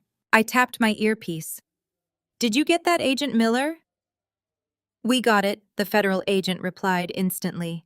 He just actively solicited funds for a fraudulent enterprise across state lines, using a registered charity as a front. The crime is officially in progress. We have complete authorization to move. Let us go down, I said to Helen, picking up my secure tablet. I want to look him right in the eyes when I burn his empire to ash. Helen nodded sharply. We walked away from the shadowed balcony, moving swiftly down the carpeted hallway toward the grand marble staircase that led directly to the main ballroom floor. Agents Miller and Davis flanked us closely, their hands resting near their utility belts, their expressions shifting into pure tactical focus. We reached the bottom of the stairs and stood before the massive gold-plated double doors of the main entrance. Inside, Richard was still speaking, his voice booming through the sound system. Your investment tonight is not just a financial decision. It is a commitment to family, to integrity, and to the future of our community. We ask you to trust us, just as we trust each other. I placed my hand on the heavy brass handle of the door. I looked at Helen. She gave me a single firm nod. I pushed the doors open with every ounce of strength I had. They swung wide, hitting the interior walls with a loud, resounding crash that cut straight through Richard's speech. The heavy thud echoed across the silent ballroom. Hundreds of heads turned simultaneously toward the back of the venue. The waiters stopped pouring champagne. The wealthy investors lowered their expensive crystal glasses. I stepped boldly into the light. I wore my emerald green suit like a suit of armor. I kept my chin high and my shoulders pulled back, projecting an aura of absolute dominance. Helen walked in lockstep on my left. The two federal agents walked closely on my right. We moved down the center aisle of the ballroom in a tight, impenetrable formation. My sharp heels clicked rhythmically against the polished marble floor. The sound was deafening in the suddenly quiet room. The sea of wealthy elites parted instinctively, stepping back from the aisle to let us pass. They could feel the sheer dangerous energy radiating from our group. They knew something catastrophic was about to happen. Up on the stage, Richard froze mid-sentence. His hands gripped the sides of the mahogany podium so hard his knuckles turned stark white. The charming, arrogant smile completely melted off his face. His eyes widened in absolute, unfiltered horror as he recognized the woman walking down the aisle. He thought I was sleeping in a frozen Honda Civic. He thought I was entirely broken, starving, and preparing to surrender my grandmother's $10 million trust fund to his control. He thought he had completely eliminated the only threat to his fraudulent empire. Instead, I was marching straight toward his stage, looking like an executive executioner flanked by federal law enforcement. I stopped walking when I reached the very front row. I stood between the massive crystal centerpieces and the edge of the main stage. The entire ballroom held its breath. The silence was absolute. I locked eyes with my father. I watched the exact moment his towering arrogance fractured into pure terror. Nora Richard gasped into the microphone. The amplification of his trembling voice made the wealthy guests flinch. He pulled the microphone away, forcing his features back into the practiced mask of a benevolent patriarch. "Security!" Richard called out, his voice booming across the ballroom with feigned concern. "We need security at the front of the stage immediately. Please escort my daughter out of the venue. She is not supposed to be here." "Ladies and gentlemen, I apologize for this unfortunate interruption," Richard announced to the confused crowd of billionaires. He placed a hand over his heart, playing the role of a tragic parent. "My eldest daughter, Nora, has been battling severe mental health issues. She recently stopped taking her medication. She has been experiencing paranoid delusions and unfortunately ended up living on the streets. We have been trying desperately to get her into a secure psychiatric facility." A collective murmur of sympathetic gasps rippled through the audience. I could hear wealthy socialites whispering to each other, shaking their heads in pity. My mother, Cynthia, dramatically pressed a silk handkerchief to her mouth. Claire sat frozen in her silver sequined gown, glaring at me with absolute venom. They were setting the stage for the conservatorship using my uninvited appearance as live proof of my supposed insanity. Please do not look at her, Richard pleaded with his investors, pointing a finger at me. Her delusions make her unpredictable and dangerous. She needs immediate medical intervention. Security, please hurry. Two large men in dark hotel uniforms stepped cautiously toward me. Mom, one of the guards said, reaching out a hesitant hand. We need you to come with us right now. Do not cause a scene. I kept my gaze fixed on my father. He was sweating now. A single bead of perspiration rolled down his temple. He knew I was not insane. He knew exactly why I was standing there. When the hotel guards hesitated, Jamal decided to take control of the situation. He pushed his chair back violently, the wooden legs scraping loudly against the marble floor. Jamal was a large man built like a linebacker, and he was used to using his physical size to intimidate people into submission. I said, "Get her out of here," Jamal barked at the security guards, waving them aside. He marched directly toward me, his face twisted into an ugly mask of rage. "You crazy loser," Jamal hissed, dropping his voice into a low, menacing whisper as he stepped within striking distance of me. "I told you what would happen if you ever showed your face around us again. You are going to leave this hotel right now, or I am going to drag you out by your hair and throw you directly into a police cruiser." Jamal lunged forward, reaching out a massive hand to grab my shoulder. He never made contact. Helen moved with terrifying speed. She stepped fluidly between Jamal and me, completely blocking his path. She simply stood her ground, an immovable force in a camel hair trench coat. "Take one more step toward my lead analyst, and you will leave this ballroom in federal handcuffs," Helen stated. Her voice carried a razor-sharp authority that cut through the tension like a physical blade. Jamal froze. "Who do you think you are?" Jamal sneered. "You are trespassing on a private charity event. Get out of my way before I have you arrested too." Helen reached into the inner pocket of her tailored suit. She pulled out a solid leather credential case and flipped it open right in front of his face.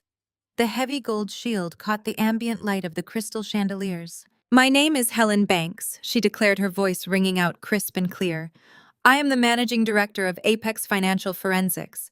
I am operating tonight as an active consultant for the Financial Crimes Division of the United States government." Jamal stared at the heavy gold shield. All the color instantly drained from his face. His arrogant posture collapsed. He took a slow step backward, his eyes darting frantically between Helen and the two silent men, standing immediately to my right. Special Agent Miller and Special Agent Davis simultaneously unzipped their dark tactical windbreakers. The bright, unmistakable block letters of the Federal Bureau of Investigation were clearly visible across their tactical vests. They both rested their hands casually on their duty belts, watching Jamal with cold, calculating eyes. "You are not dealing with hotel security tonight, Jamal?"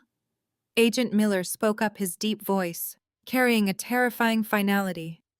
"Step away from the woman. Keep your hands exactly where I can see them." The entire ballroom erupted into a chaotic frenzy of panicked whispers. The wealthy investors who had just been applauding my father were now staring at the federal agents in absolute shock. The narrative Richard had so carefully constructed about my mental illness evaporated in a fraction of a second. Cynthia gasped loudly, dropping her champagne glass. It shattered against the marble floor. Claire grabbed the edge of her table, her eyes wide with undisguised terror. Up on the stage, Richard stumbled backward, bumping heavily against the mahogany podium. He gripped the edges of the wood, panting heavily as he stared down at the federal agents. His perfectly tailored tuxedo suddenly looked like a prison uniform. I stepped around Helen and stood directly in front of the stage, looking up at the man who had tried to bury me alive. The execution had officially begun. I raised the heavy, secure tablet I was holding in my left hand, silently preparing to quickly cast the digital evidence. I pressed the broadcast button on my secure tablet. A sharp electronic chime echoed through the Ritz-Carlton ballroom as the hotel network successfully synced with my device. The massive high-definition projection screens towering behind my father flickered. The fraudulent architectural renderings of the Emerald Waterfront Initiative vanished completely.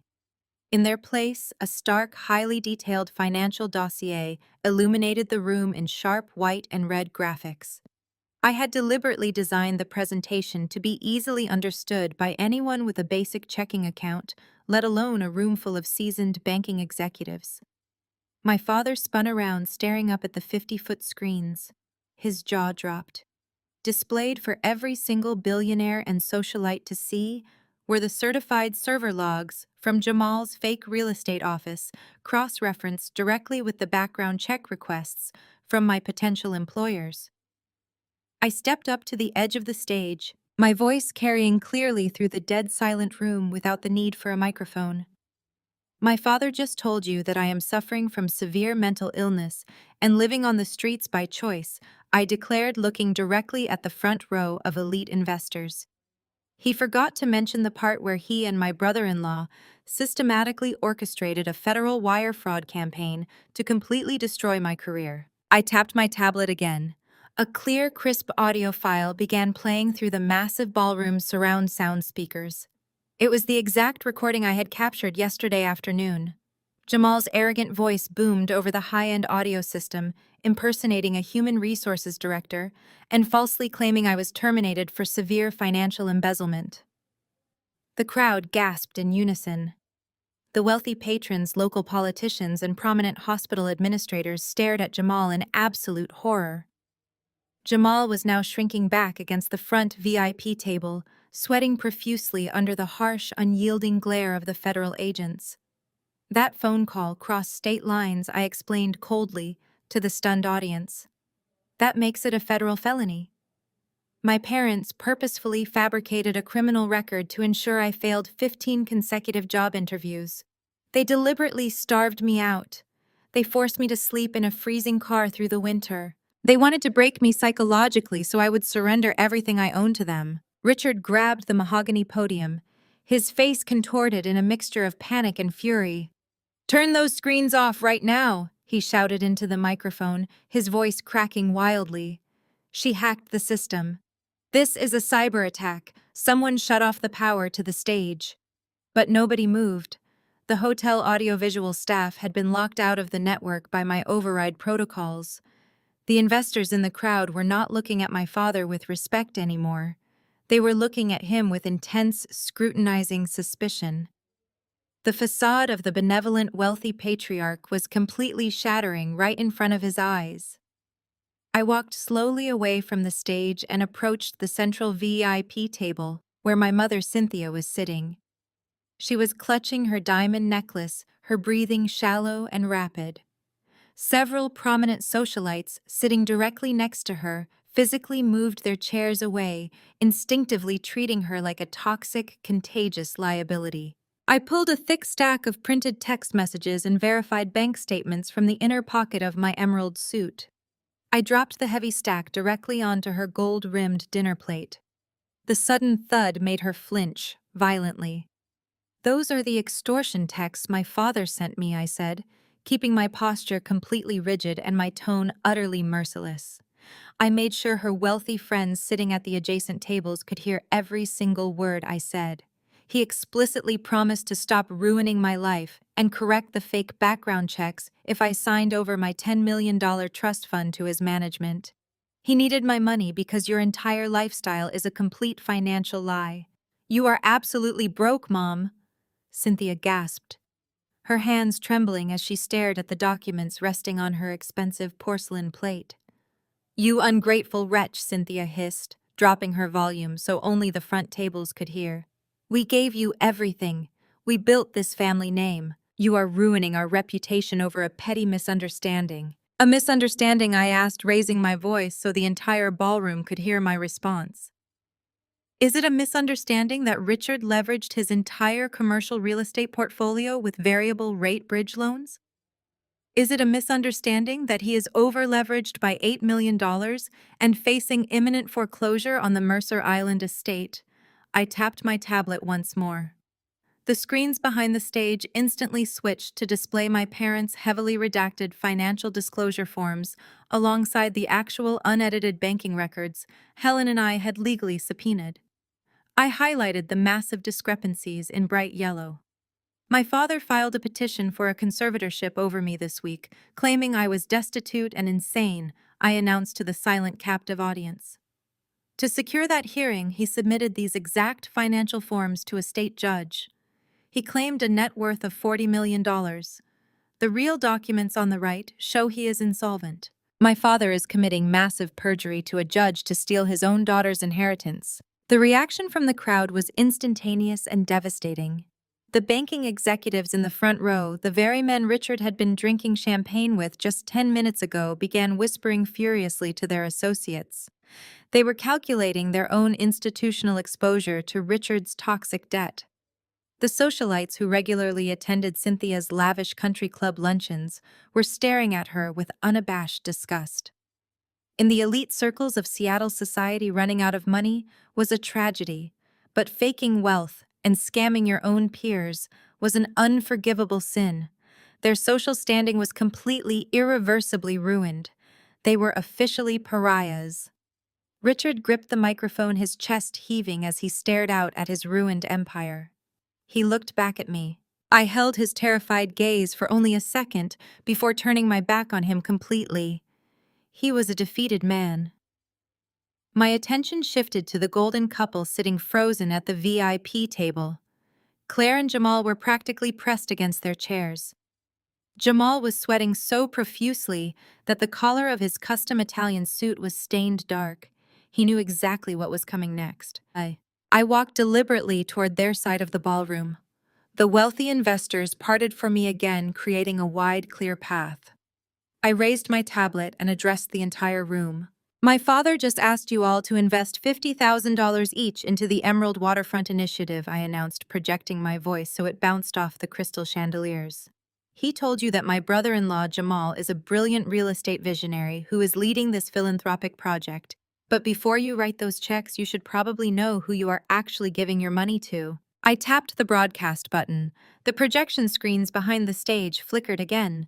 The financial forms vanished, replaced by a glaring red and black digital ledger. Jamal does not even hold a valid real estate license in the state of Washington, I declared. His brokerage firm is an empty shell company registered in Delaware.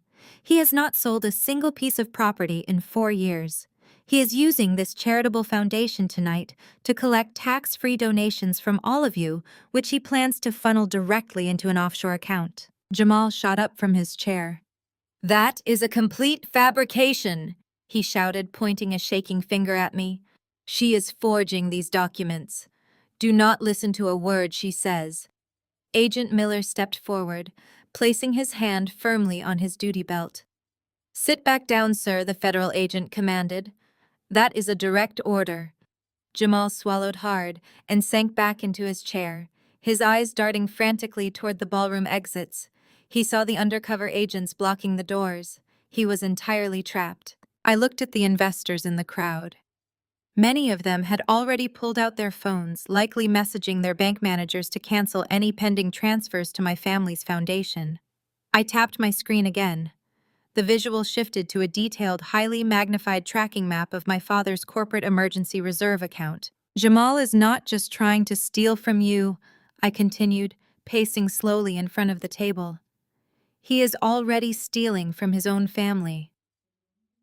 2 days ago, Jamal used his executive access to bypass my father's dual authorization protocols. He initiated an unauthorized wire transfer, siphoning a staggering $600,000 directly out of Richard's final cash reserve. Richard let out a strangled, agonizing sound from the stage. He dropped the microphone. It hit the wooden podium with a loud screech of feedback. He stared at the projection screens in absolute disbelief.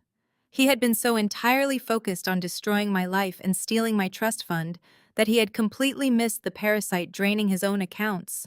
I mapped the exact flow of that stolen capital, I said, pointing up at the screens. Jamal moved the $600,000 through a high-speed cryptocurrency tumbler to scramble the origin points. But he was careless. He used the exact same IP address from his empty Seattle office to access the final destination wallet in the Cayman Islands. Claire jumped up from her seat. Her silver sequined gown caught the light as she grabbed Jamal's arm. Jamal, tell them she is lying. Claire shrieked, her voice echoing shrilly across the ballroom. "Tell them you are securing the waterfront permits. Tell my dad you did not take his money." Jamal refused to look at her. He stared straight ahead, his jaw clenched, sweat pouring down his face. "He cannot tell you that, Claire," I said, my voice dripping with cold, calculated precision. "Because he did not just steal the money, he already lost it." I swiped my finger across the tablet. The screens changed to display hundreds of high-stakes betting logs from unregulated offshore digital casinos. A massive sea of negative red numbers flooded the 50-foot displays. "Your husband is a catastrophic cryptocurrency gambling addict," I revealed to my sister, watching her perfect privileged world shatter into a million pieces. "He has been dropping $50,000 on single hands of digital blackjack. He has been wagering hundreds of thousands on international sporting events. He stole our father's last remaining financial lifeline to cover his massive betting debts, and he lost every single cent of it." Claire's face contorted in shock. She let go of Jamal's arm as if he had physically burned her. "You lost the money," Claire gasped, her voice trembling with rising hysteria. "My dad's money. You told me you were building an empire. You told me we were going to be billionaires." I was not finished with her. I tapped the screen one final time. Claire's personal credit card statements appeared next to Jamal's gambling losses. "He has been funding your lavish lifestyle with stolen cash, just to keep you oblivious," I told her. "You spent $14,000 in Aspen last week. You bought a designer dress for tonight." Jamal paid those credit card bills using the exact same money he siphoned from Richard. "You have been parading around Seattle bragging about your wealth while your husband actively bankrupted your parents." The realization hit Claire with the devastating force of a physical blow. The illusion of her perfect marriage, her limitless wealth, and her superior social standing evaporated instantly. She was married to a broke, desperate criminal, and the entire high society of Seattle was watching her ultimate humiliation. Claire completely lost her mind. "You lying, worthless piece of trash!" Claire screamed at the top of her lungs. She lunged at Jamal, grabbing the lapels of his custom Italian suit. She shook him violently, her manicured nails digging into the expensive fabric. "You ruined my life. You ruined my family. I am going to lose my house because of you." Jamal tried to push her away, raising his hands defensively. "Get off me, Claire. You never cared where the money came from as long as your credit cards kept clearing. You are just as guilty as I am." Claire slapped him hard across the face. The sharp cracking sound echoed through the silent ballroom. She began beating her fists against his chest, sobbing uncontrollably. "You promised me we were rich. You promised me I would never have to worry about anything. You stole from my father." Agent Davis stepped forward quickly, grabbing Claire by the arm and pulling her away from Jamal. "Back away, ma'am," the federal agent ordered, stepping between the fighting couple. "Keep your hands to yourself, or I will detain you for assault." Claire collapsed into a nearby chair, burying her face in her hands and sobbing hysterically. Her perfect silver gown was crumpled. Her carefully styled hair was ruined. The golden child of the family was completely broken, crying over her lost wealth in front of every single person she had ever tried to impress. I stood there and watched her cry. For 33 years, Claire had mocked me, belittled me, and cheered as our parents systematically destroyed my life. She had told me to scrub floors. She had called me a homeless loser. Now she was the one who had absolutely nothing left. The entire ballroom was paralyzed by the spectacle. The elite guests watched in morbid fascination as the wealthy, powerful family they had envied imploded into a pathetic, screaming mess. I lowered my tablet. I had executed my mission flawlessly. The truth was out. The financial ruin was public. The social standing was eradicated. Up on the stage, Richard let out a guttural roar of pure, unadulterated fury.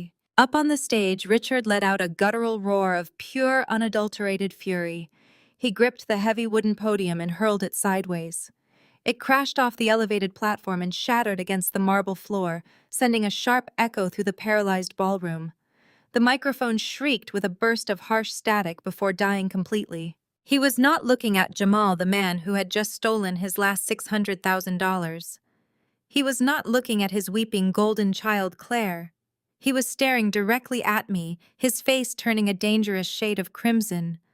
All the polished, wealthy charm he had spent decades cultivating was entirely gone, replaced by the rabid desperation of a cornered animal. "You think you have won?" Richard screamed, storming to the edge of the stage and pointing a shaking finger at my face. "You think you can waltz in here in a cheap suit, flash some fabricated computer screens, and destroy my family?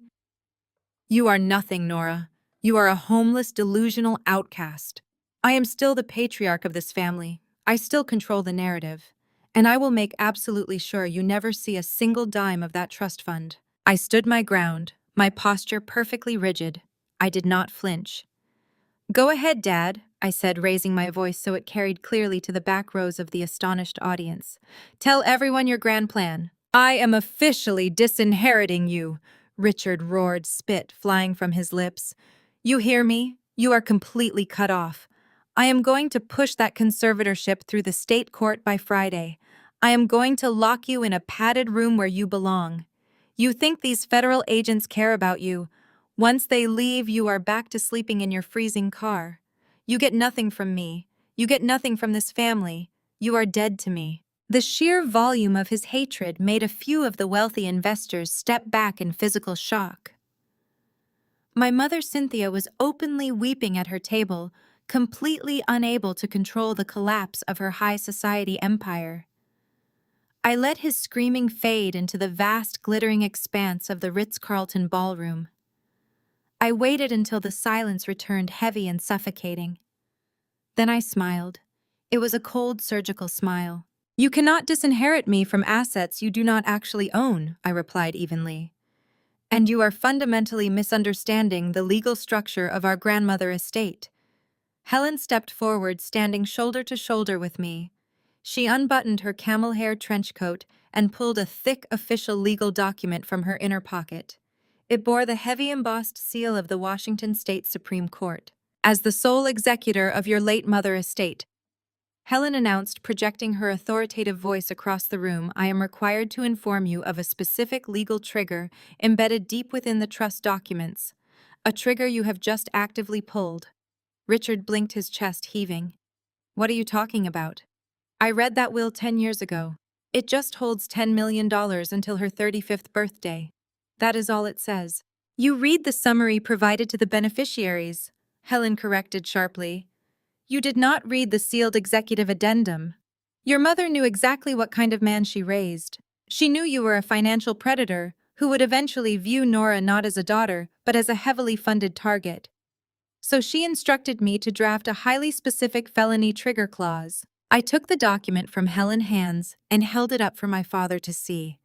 "If you, Richard, or anyone acting on your behalf ever attempted to defraud, extort, or commit a felony against the primary beneficiary of this trust, the protective constraints would instantly evaporate," I explained, watching his face drain of color. "You just committed federal wire fraud across state lines to ruin my career," I continued, stepping closer to the stage. "You actively conspired to commit perjury by submitting fraudulent financial disclosures to a judge. You committed those felonies directly against me. Therefore, the trigger clause is officially activated." Richard scoffed a wet, desperate sound. "So what? You get your $10 million a few years early. Congratulations. I still have my commercial properties. I will find new investors. I will rebuild. You really do not pay attention to the foundational paperwork of your own holding company, do you?" I asked, shaking my head in pure pity. "Let me ask you a very simple real estate question, Dad. Who actually owns the dirt underneath your flagship downtown office buildings?" Richard froze. His eyes darted back and forth. "My company owns it. I bought those lots 20 years ago." "No, you did not." Helen interjected, her tone razor sharp. "Your company leased the land. Your mother bought those commercial lots 30 years ago through a blind trust. She allowed you to build your precious skyscrapers on top of her dirt, granting you an incredibly generous 99-year ground lease. But that lease was tied directly to the integrity clause of Nora Trust Fund." My father staggered backward as if he had been physically struck. No, that is impossible," It is entirely factual, I said, driving the final nail into the coffin of his empire. Because you committed a federal crime against me, the ground lease is immediately and permanently revoked. The deed to the land underneath your 3 largest commercial properties, as well as the waterfront parcel you are standing here, begging for money to develop automatically and irrevocably transfers to my name. The ballroom erupted into gasps. The banking executives who held the mortgages on those buildings immediately began typing furiously on their phones. They knew exactly what this meant in the corporate world. If Richard did not own the land beneath his buildings, his collateral was absolutely worthless. You do not own the foundation of your own empire, Dad, I stated, my voice echoing with total, undeniable victory. I do. And effective immediately, I am calling in the ground rent. You owe me 30 years of back payments calculating at current market rates due by the end of the business day tomorrow. When you inevitably default, I will seize the buildings sitting on my property, sell them for parts, and use the capital to pay off the bank loans you are drowning in. You are taking my company! Richard gasped, clutching his chest. You are stealing my life work. I am not stealing anything, I replied coldly. I am simply evicting a tenant who failed to pay his rent and broke the terms of his lease. You threw me out of your house and told me to freeze in my car. Now I am throwing you out of your buildings. You have absolutely nothing left. You have no money, no land, and no legacy. You are completely bankrupt. Richard let out a strangled cry. He lunged forward, jumping off the elevated stage, his hands outstretched like claws aiming directly for my throat. He was entirely consumed by rage, ready to physically attack me in front of hundreds of witnesses. He never even made it 2 steps. Special Agent Miller moved with a terrifying practiced efficiency. He stepped effortlessly into Richard's path, catching my father mid-lunge. With a swift, brutal motion, the federal agent grabbed Richard by the lapels of his custom tuxedo, pivoted sharply, and slammed him face first onto the polished marble floor. The impact knocked the wind completely out of my father. He lay there gasping like a beached fish, his cheek pressed against the cold stone, his arms pinned painfully behind his back. Richard struggled weakly against the agent's grip. "Let me go," he wheezed, his voice muffled by the marble. "I am Richard. You cannot treat me like a common thug. I will sue you. I will sue the entire federal government. You are currently assaulting a federal witness." Richard Agent Miller stated, his knee pressing firmly into my father's spine to keep him subdued. "I highly recommend you stop moving before I add assaulting a federal officer to your rapidly growing list of felony charges." The sight of the great untouchable patriarch pinned to the floor by law enforcement sent a collective shockwave through the ballroom. The elite guests instinctively stepped further back, their faces pale with disbelief. The man who had just demanded their millions was now groveling in the dirt. While every eye in the room was fixed on my father's humiliating takedown, Jamal decided to make his move. He slowly backed away from the VIP table, abandoning his weeping wife Claire. He slipped into the shadows near the catering entrance, desperate to reach the service elevators before the authorities noticed his absence. He thought he could outsmart the trap. He thought he could reach his offshore accounts and vanish into the night. "Going somewhere?" Jamal's Special Agent Davis asked. Jamal froze. He turned around to find Agent Davis blocking the narrow corridor, her hand resting casually on her holster. Behind her stood 2 more undercover agents blocking the heavy service doors.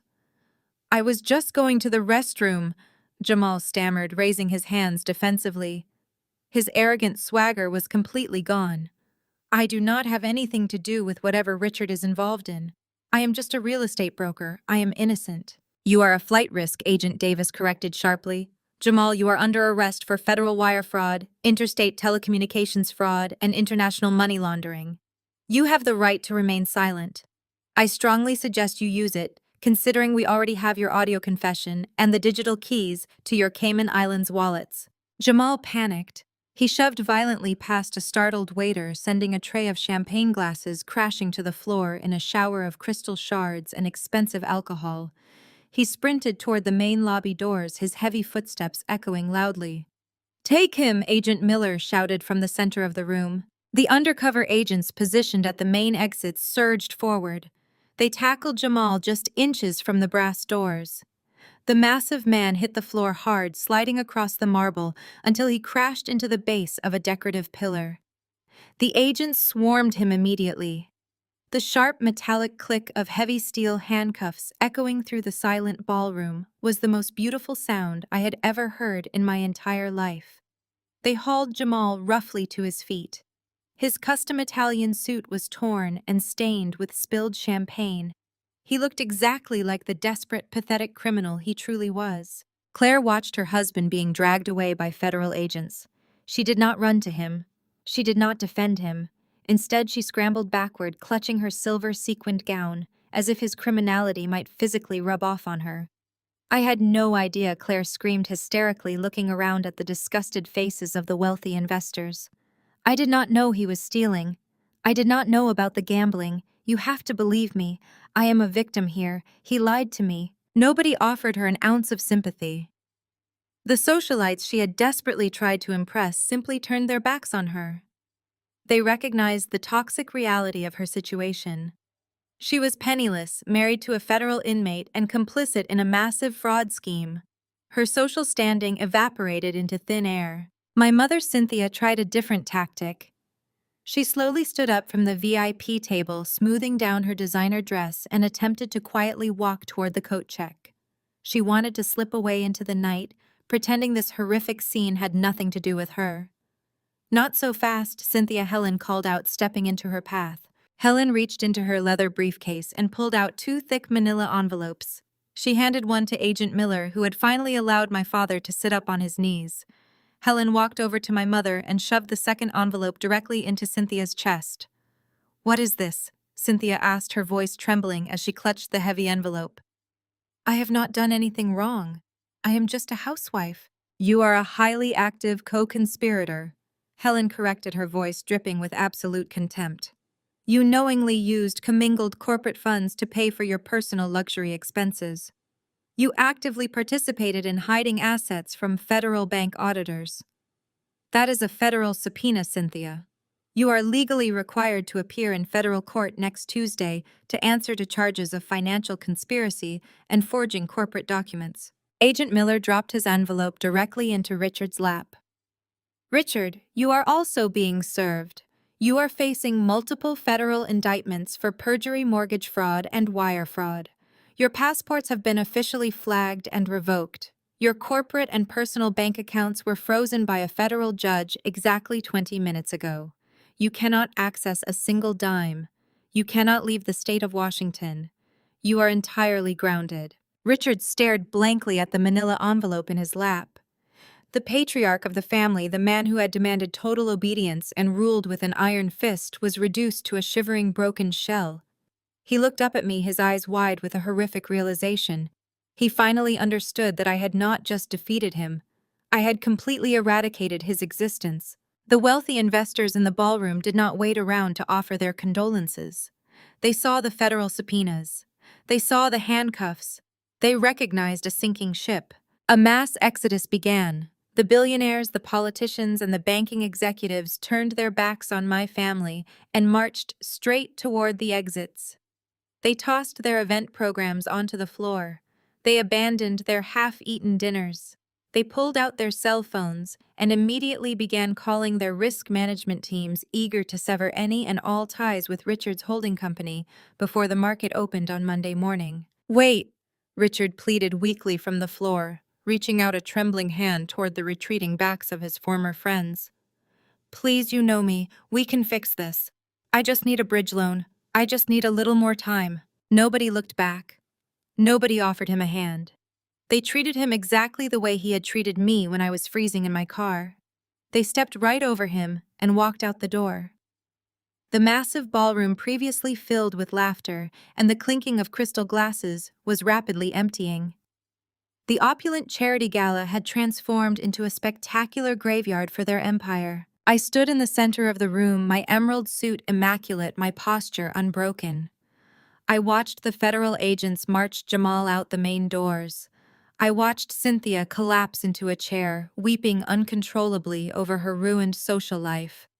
I watched Claire staring blankly at the wall, processing the total destruction of her privileged reality. The silence that fell over the remaining occupants was profound and absolute. That profound silence lasted exactly 10 seconds before the fragile bonds of their toxic loyalty completely shattered. The illusion of the perfect wealthy family evaporated, leaving behind three desperate people who immediately turned on each other to survive. Richard scrambled awkwardly to his feet, ignoring the federal agents who were busy securing the perimeter. He pointed a shaking accusatory finger directly at my mother. "This is your fault, Cynthia." He screamed, his face purple with absolute rage. "You had to have the country club memberships. You had to fly first class to Paris. You bled my accounts dry. If you had just learned how to stick to a budget, I never would have needed to take out those toxic bridge loans." Cynthia recoiled as if she had been slapped, but her shock quickly morphed into vicious defensive anger. "How dare you blame me?" she shrieked, throwing her expensive silk napkin onto the floor. "You are the so-called financial genius who leveraged our entire estate on a terrible commercial investment. You are the one who gave that criminal Jamal the keys to your corporate accounts.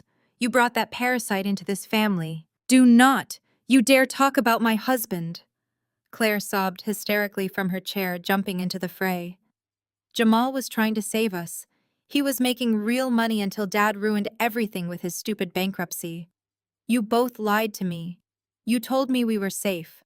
You promised me I would inherit an empire, and now I have absolutely nothing, because you are both incompetent." "You spoiled, ungrateful brat, Richard," roared, stepping toward Claire.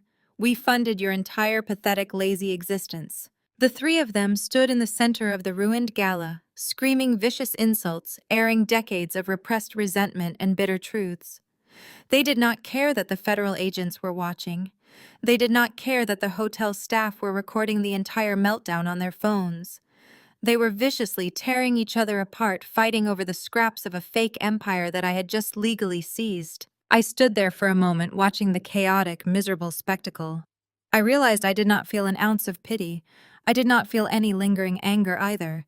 I just felt incredibly tired, but deeply, completely satisfied. Helen stepped up beside me, buttoning her camel hair coat. "Our work here is officially done, Nora. Let the federal agents handle the cleanup. We have a company to run tomorrow." I nodded once. I turned my back on my screaming parents and my hysterical sister. I walked down the center aisle of the Ritz-Carlton ballroom, the same aisle I had marched down as an executioner just an hour ago. My heels clicked steadily against the marble floor, moving toward the heavy brass doors. I pushed the exit doors open and stepped out into the crisp, cool Seattle night air. I did not look back a single time. I left their toxic world behind me forever. Exactly 4 weeks passed since the night the Ritz-Carlton ballroom became the graveyard of my father's empire. The fallout was absolute and totally merciless. Richard was currently facing 20 years in federal prison for perjury, wire fraud, and massive mortgage fraud. His commercial properties were entirely seized by my trust, immediately liquidated, and used to settle the toxic debts he had accumulated. Jamal was sitting in a federal detention center without bail, facing his own lengthy sentence for international money laundering and interstate telecommunications fraud. The Mercer Island estate had been foreclosed on by the banks and sold at public auction. My parents were completely erased from Seattle's elite social circles, becoming a cautionary tale of greed and arrogance. I was sitting in my corner office at Apex Financial Forensics, reviewing a new set of data algorithms, when my desk phone rang. It was the head of building security for the penthouse high-rise. "Ms. Nora," the security chief said, his voice tense and professional. "We have 2 women in the main lobby demanding to see you. They claim to be your mother and your sister. We told them they cannot access the residential elevators without your direct authorization, but they are refusing to leave the premises. They are causing quite a scene."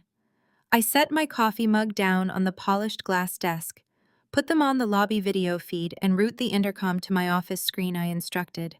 My secondary monitor blinked and instantly displayed the high-definition security camera feed from the ground floor. I stared at the screen, barely recognizing the 2 women standing at the reception desk. Cynthia and Claire looked absolutely horrific. My mother was wearing a wrinkled trench coat that looked like it had not been washed in weeks. Her hair, usually perfectly styled by expensive salons, was flat and graying heavily at the roots. Claire stood beside her, shivering in a cheap hooded sweatshirt, clutching a generic plastic purse instead of her usual designer leather bags. They looked exhausted, desperate, and entirely broken. The reality of sudden crushing poverty had aged them both significantly in just a single month. I pressed the intercom button on my desk console. "What do you want?" I asked, my voice echoing coldly through the lobby speakers. Both women jumped at the sudden sound of my voice. They stared up at the security camera mounted above the desk, their eyes wide with fear and desperation. "Nora, please," my mother cried out, stepping closer to the camera lens. Her voice cracked with genuine, unfiltered desperation. "You have to help us. We have absolutely nothing left." The banks took the cars and the house. Richard's defense lawyers drained our last remaining savings just to keep him out of general population at the county jail. We are staying in a cheap motel by the highway, and we cannot even afford to pay for another week. Claire pushed her way to the front, mascara-stained tears streaming down her pale face. "Please, Nora. Jamal left me with nothing but massive credit card debt and unpaid loans. My wealthy friends will not even return my phone calls anymore. We have nowhere else to go. You have $10 million. You own Dad's entire commercial portfolio. You can easily give us enough money to get an apartment and survive. We are your family. You cannot just leave us on the streets." I leaned back in my ergonomic chair, watching them beg through the high-definition monitor. The irony of the situation was so incredibly thick it was suffocating. "You want me to save you from the streets?" I repeated, my voice stripping away any remaining warmth. I pressed the transmission button firmly, ensuring every single syllable carried the weight of my absolute disgust. "You are standing in the lobby of a highly secure building, demanding access to my wealth, invoking the concept of family. You think because we share genetics, I am somehow obligated to rescue you from the exact same fate you actively forced upon me." "Nora, please do not do this," Cynthia begged, wrapping her thin coat tighter around her trembling shoulders. She looked wildly around the empty lobby, as if hoping someone else would step in and intervene. "We made a terrible mistake. Your father was controlling everything. He forced us to go along with it. I did not have a choice. I was just trying to keep the peace." I let out a sharp, bitter laugh that echoed harshly over the intercom. "You were trying to keep the peace?" I asked, leaning closer to the microphone. "Let me tell you exactly what you did, Mom. You watched Richard orchestrate a systematic campaign to destroy my career. You sat at your country club luncheons sipping expensive champagne while Jamal intercepted my job offers. And on that final night when Richard threw me out of the Mercer Island estate, you did absolutely nothing." I paused, letting the silence hang heavily in the lobby below. "Do you remember that night, Claire?" I asked, shifting my gaze to my sister's pale face on the monitor. "Do you remember standing on the porch in your silk pajamas?" I was crying. I was begging for a few more days to figure things out. "And you laughed. You told me I was a failure. You told me to enjoy sleeping in the dirt." Claire flinched, closing her eyes tightly. "I was stupid, Nora. I was brainwashed. Jamal and Dad told me you were just being dramatic. I did not know how bad it really was." "You knew exactly how bad it was," I countered instantly, my voice dropping to a dangerous, icy register. "You just did not care because it was not happening to you." I spent 10 months living in the back seat of a Honda Civic. I parked under streetlights, hoping the glare would keep people from breaking my windows. I ate stale crackers and drank water from gas station bathroom sinks.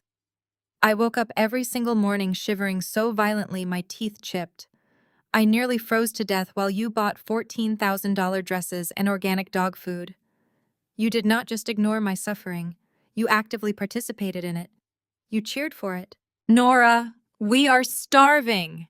Cynthia wailed, her facade completely crumbling as she sank to her knees on the polished lobby floor. "We have not eaten a real meal in 2 days. You have millions of dollars. You took everything your father built. You cannot just watch us suffer like this. Have some mercy." "Mercy is a privilege reserved for people who demonstrate humanity," I stated coldly. "You demonstrated none. You viewed my existence as a financial obstacle. You planned to have me locked in a psychiatric ward, stripped of my basic civil rights, and drugged into submission just so you could maintain your luxury lifestyle. If Helen had not found me, if I had not fought back, I would be rotting in a padded cell right now, and you would be spending my inheritance on another vacation to Paris. I watched them through the camera. They had no argument left. The undeniable truth of their cruelty hung between us, an impassable wall of their own making. They were not sorry for what they did to me. They were only sorry they got caught. They were only sorry they were poor. I am not going to give you a single cent, I announced, my voice ringing with total, irrevocable finality. Not now, not tomorrow, not ever. I am completely cutting you out of my life exactly like Richard tried to do to me, but unlike Richard, I actually have the power to enforce it. Claire looked up at the camera, her face twisted in a mixture of rage and sheer panic. You are a monster. You are just as cruel as Dad. No, Claire, I replied calmly. I am just holding a mirror up to your own faces. I suggest you take a very close look at the reflection. I reached over and typed a quick command into my keyboard. A notification popped up on my secondary screen. There is a black sedan idling directly outside the main entrance of this building, I told them, watching as the security guards in the lobby began moving toward the two women. I just ordered you an Uber. The destination is set for a downtown women's shelter. They have hot meals, warm beds, and job placement programs. It is a fantastic resource. I know this because I spent 3 weeks on their waiting list last winter. Cynthia gasped, shaking her head frantically. No, we cannot go to a shelter. We are not like those people. We cannot live like that. You are exactly like those people, Mom, I corrected her. In fact, you are worse because you chose this path out of pure greed. The ride is fully paid for. That is the absolute extent of my charity. The security guards are going to escort you to the vehicle now. If you ever attempt to contact me again, if you ever step foot near this building, I will have you arrested for criminal trespassing. Nora, please! Cynthia screamed as the security personnel gently but firmly grabbed her arms, pulling her up from the floor. Do not do this. We are family.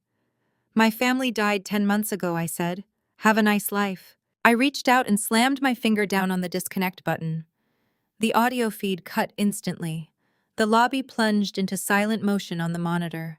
I watched as the guards escorted my weeping mother and screaming sister through the heavy glass doors and out into the cold, unforgiving city streets. They were bundled into the back of the waiting sedan. The car merged into traffic and disappeared down the block, swallowed completely by the relentless rhythm of Seattle. I stared at the empty lobby feed for a few moments, feeling the adrenaline slowly ebb from my veins. The final loose ends were officially cut. The ghosts of my past had tried one last time to drag me back into the dark, and I had effortlessly shut them out. I stood up from my desk and walked slowly across the expansive office. I stopped in front of the massive floor-to-ceiling windows.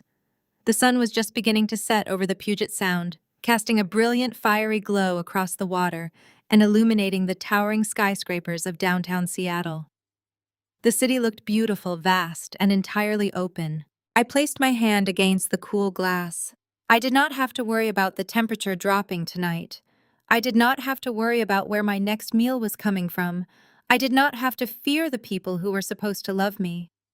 I had walked through absolute hell armed with nothing but my own intellect and an unbreakable will to survive. I had dismantled an empire of lies and built my own fortress on the ashes. I took a deep, steadying breath, feeling the clean, temperature-controlled air fill my lungs. The silence in the penthouse was not lonely. It was peaceful. I was finally truly and completely free. The chilling narrative of Nora and her family serves as a powerful testament to the absolute necessity of severing toxic loyalty. Society often conditions us to believe that family is an unconditional bond, an unbreakable safety net, that we must protect and preserve at all costs, regardless of the personal toll. However, Nora's harrowing journey from shivering in a freezing car to commanding a financial forensics empire shatters this dangerous cultural illusion. Her story teaches us that when familial ties are weaponized into tools for abuse, extortion, and manipulation, holding on to them does not make you noble. It only keeps you a captive victim in your own life. The most profound lesson here is that true empowerment is forged in the crucible of self-reliance and fiercely enforced boundaries. For decades, Nora sought love and validation from people who viewed her empathy as a liability, and her existence as a mere financial obstacle to be cleared. It was only when she completely detached her self-worth from their toxic expectations that she unlocked her true, unbreakable strength. She stopped begging for a seat at a table built on financial fraud and instead used her brilliant analytical skills to dismantle the entire room. Nora's ultimate victory was not merely reclaiming her stolen trust fund or executing a flawless, data-driven revenge against her father and brother-in-law. Her deepest triumph was the profound realization that she did not owe her abusers her future, her sanity, or her mercy. She learned to protect herself with the exact same ruthless precision her family had used to exploit her. We must all learn to recognize when the people demanding our unwavering loyalty are the very ones actively engineering our downfall. Grace and forgiveness are beautiful virtues, but they should never be offered to those who use them as a stepping stone to completely destroy you. Take a fearless, honest inventory of the relationships in your life and find the courage to permanently walk away from anyone who demands you sacrifice your well-being to fund their toxic illusions.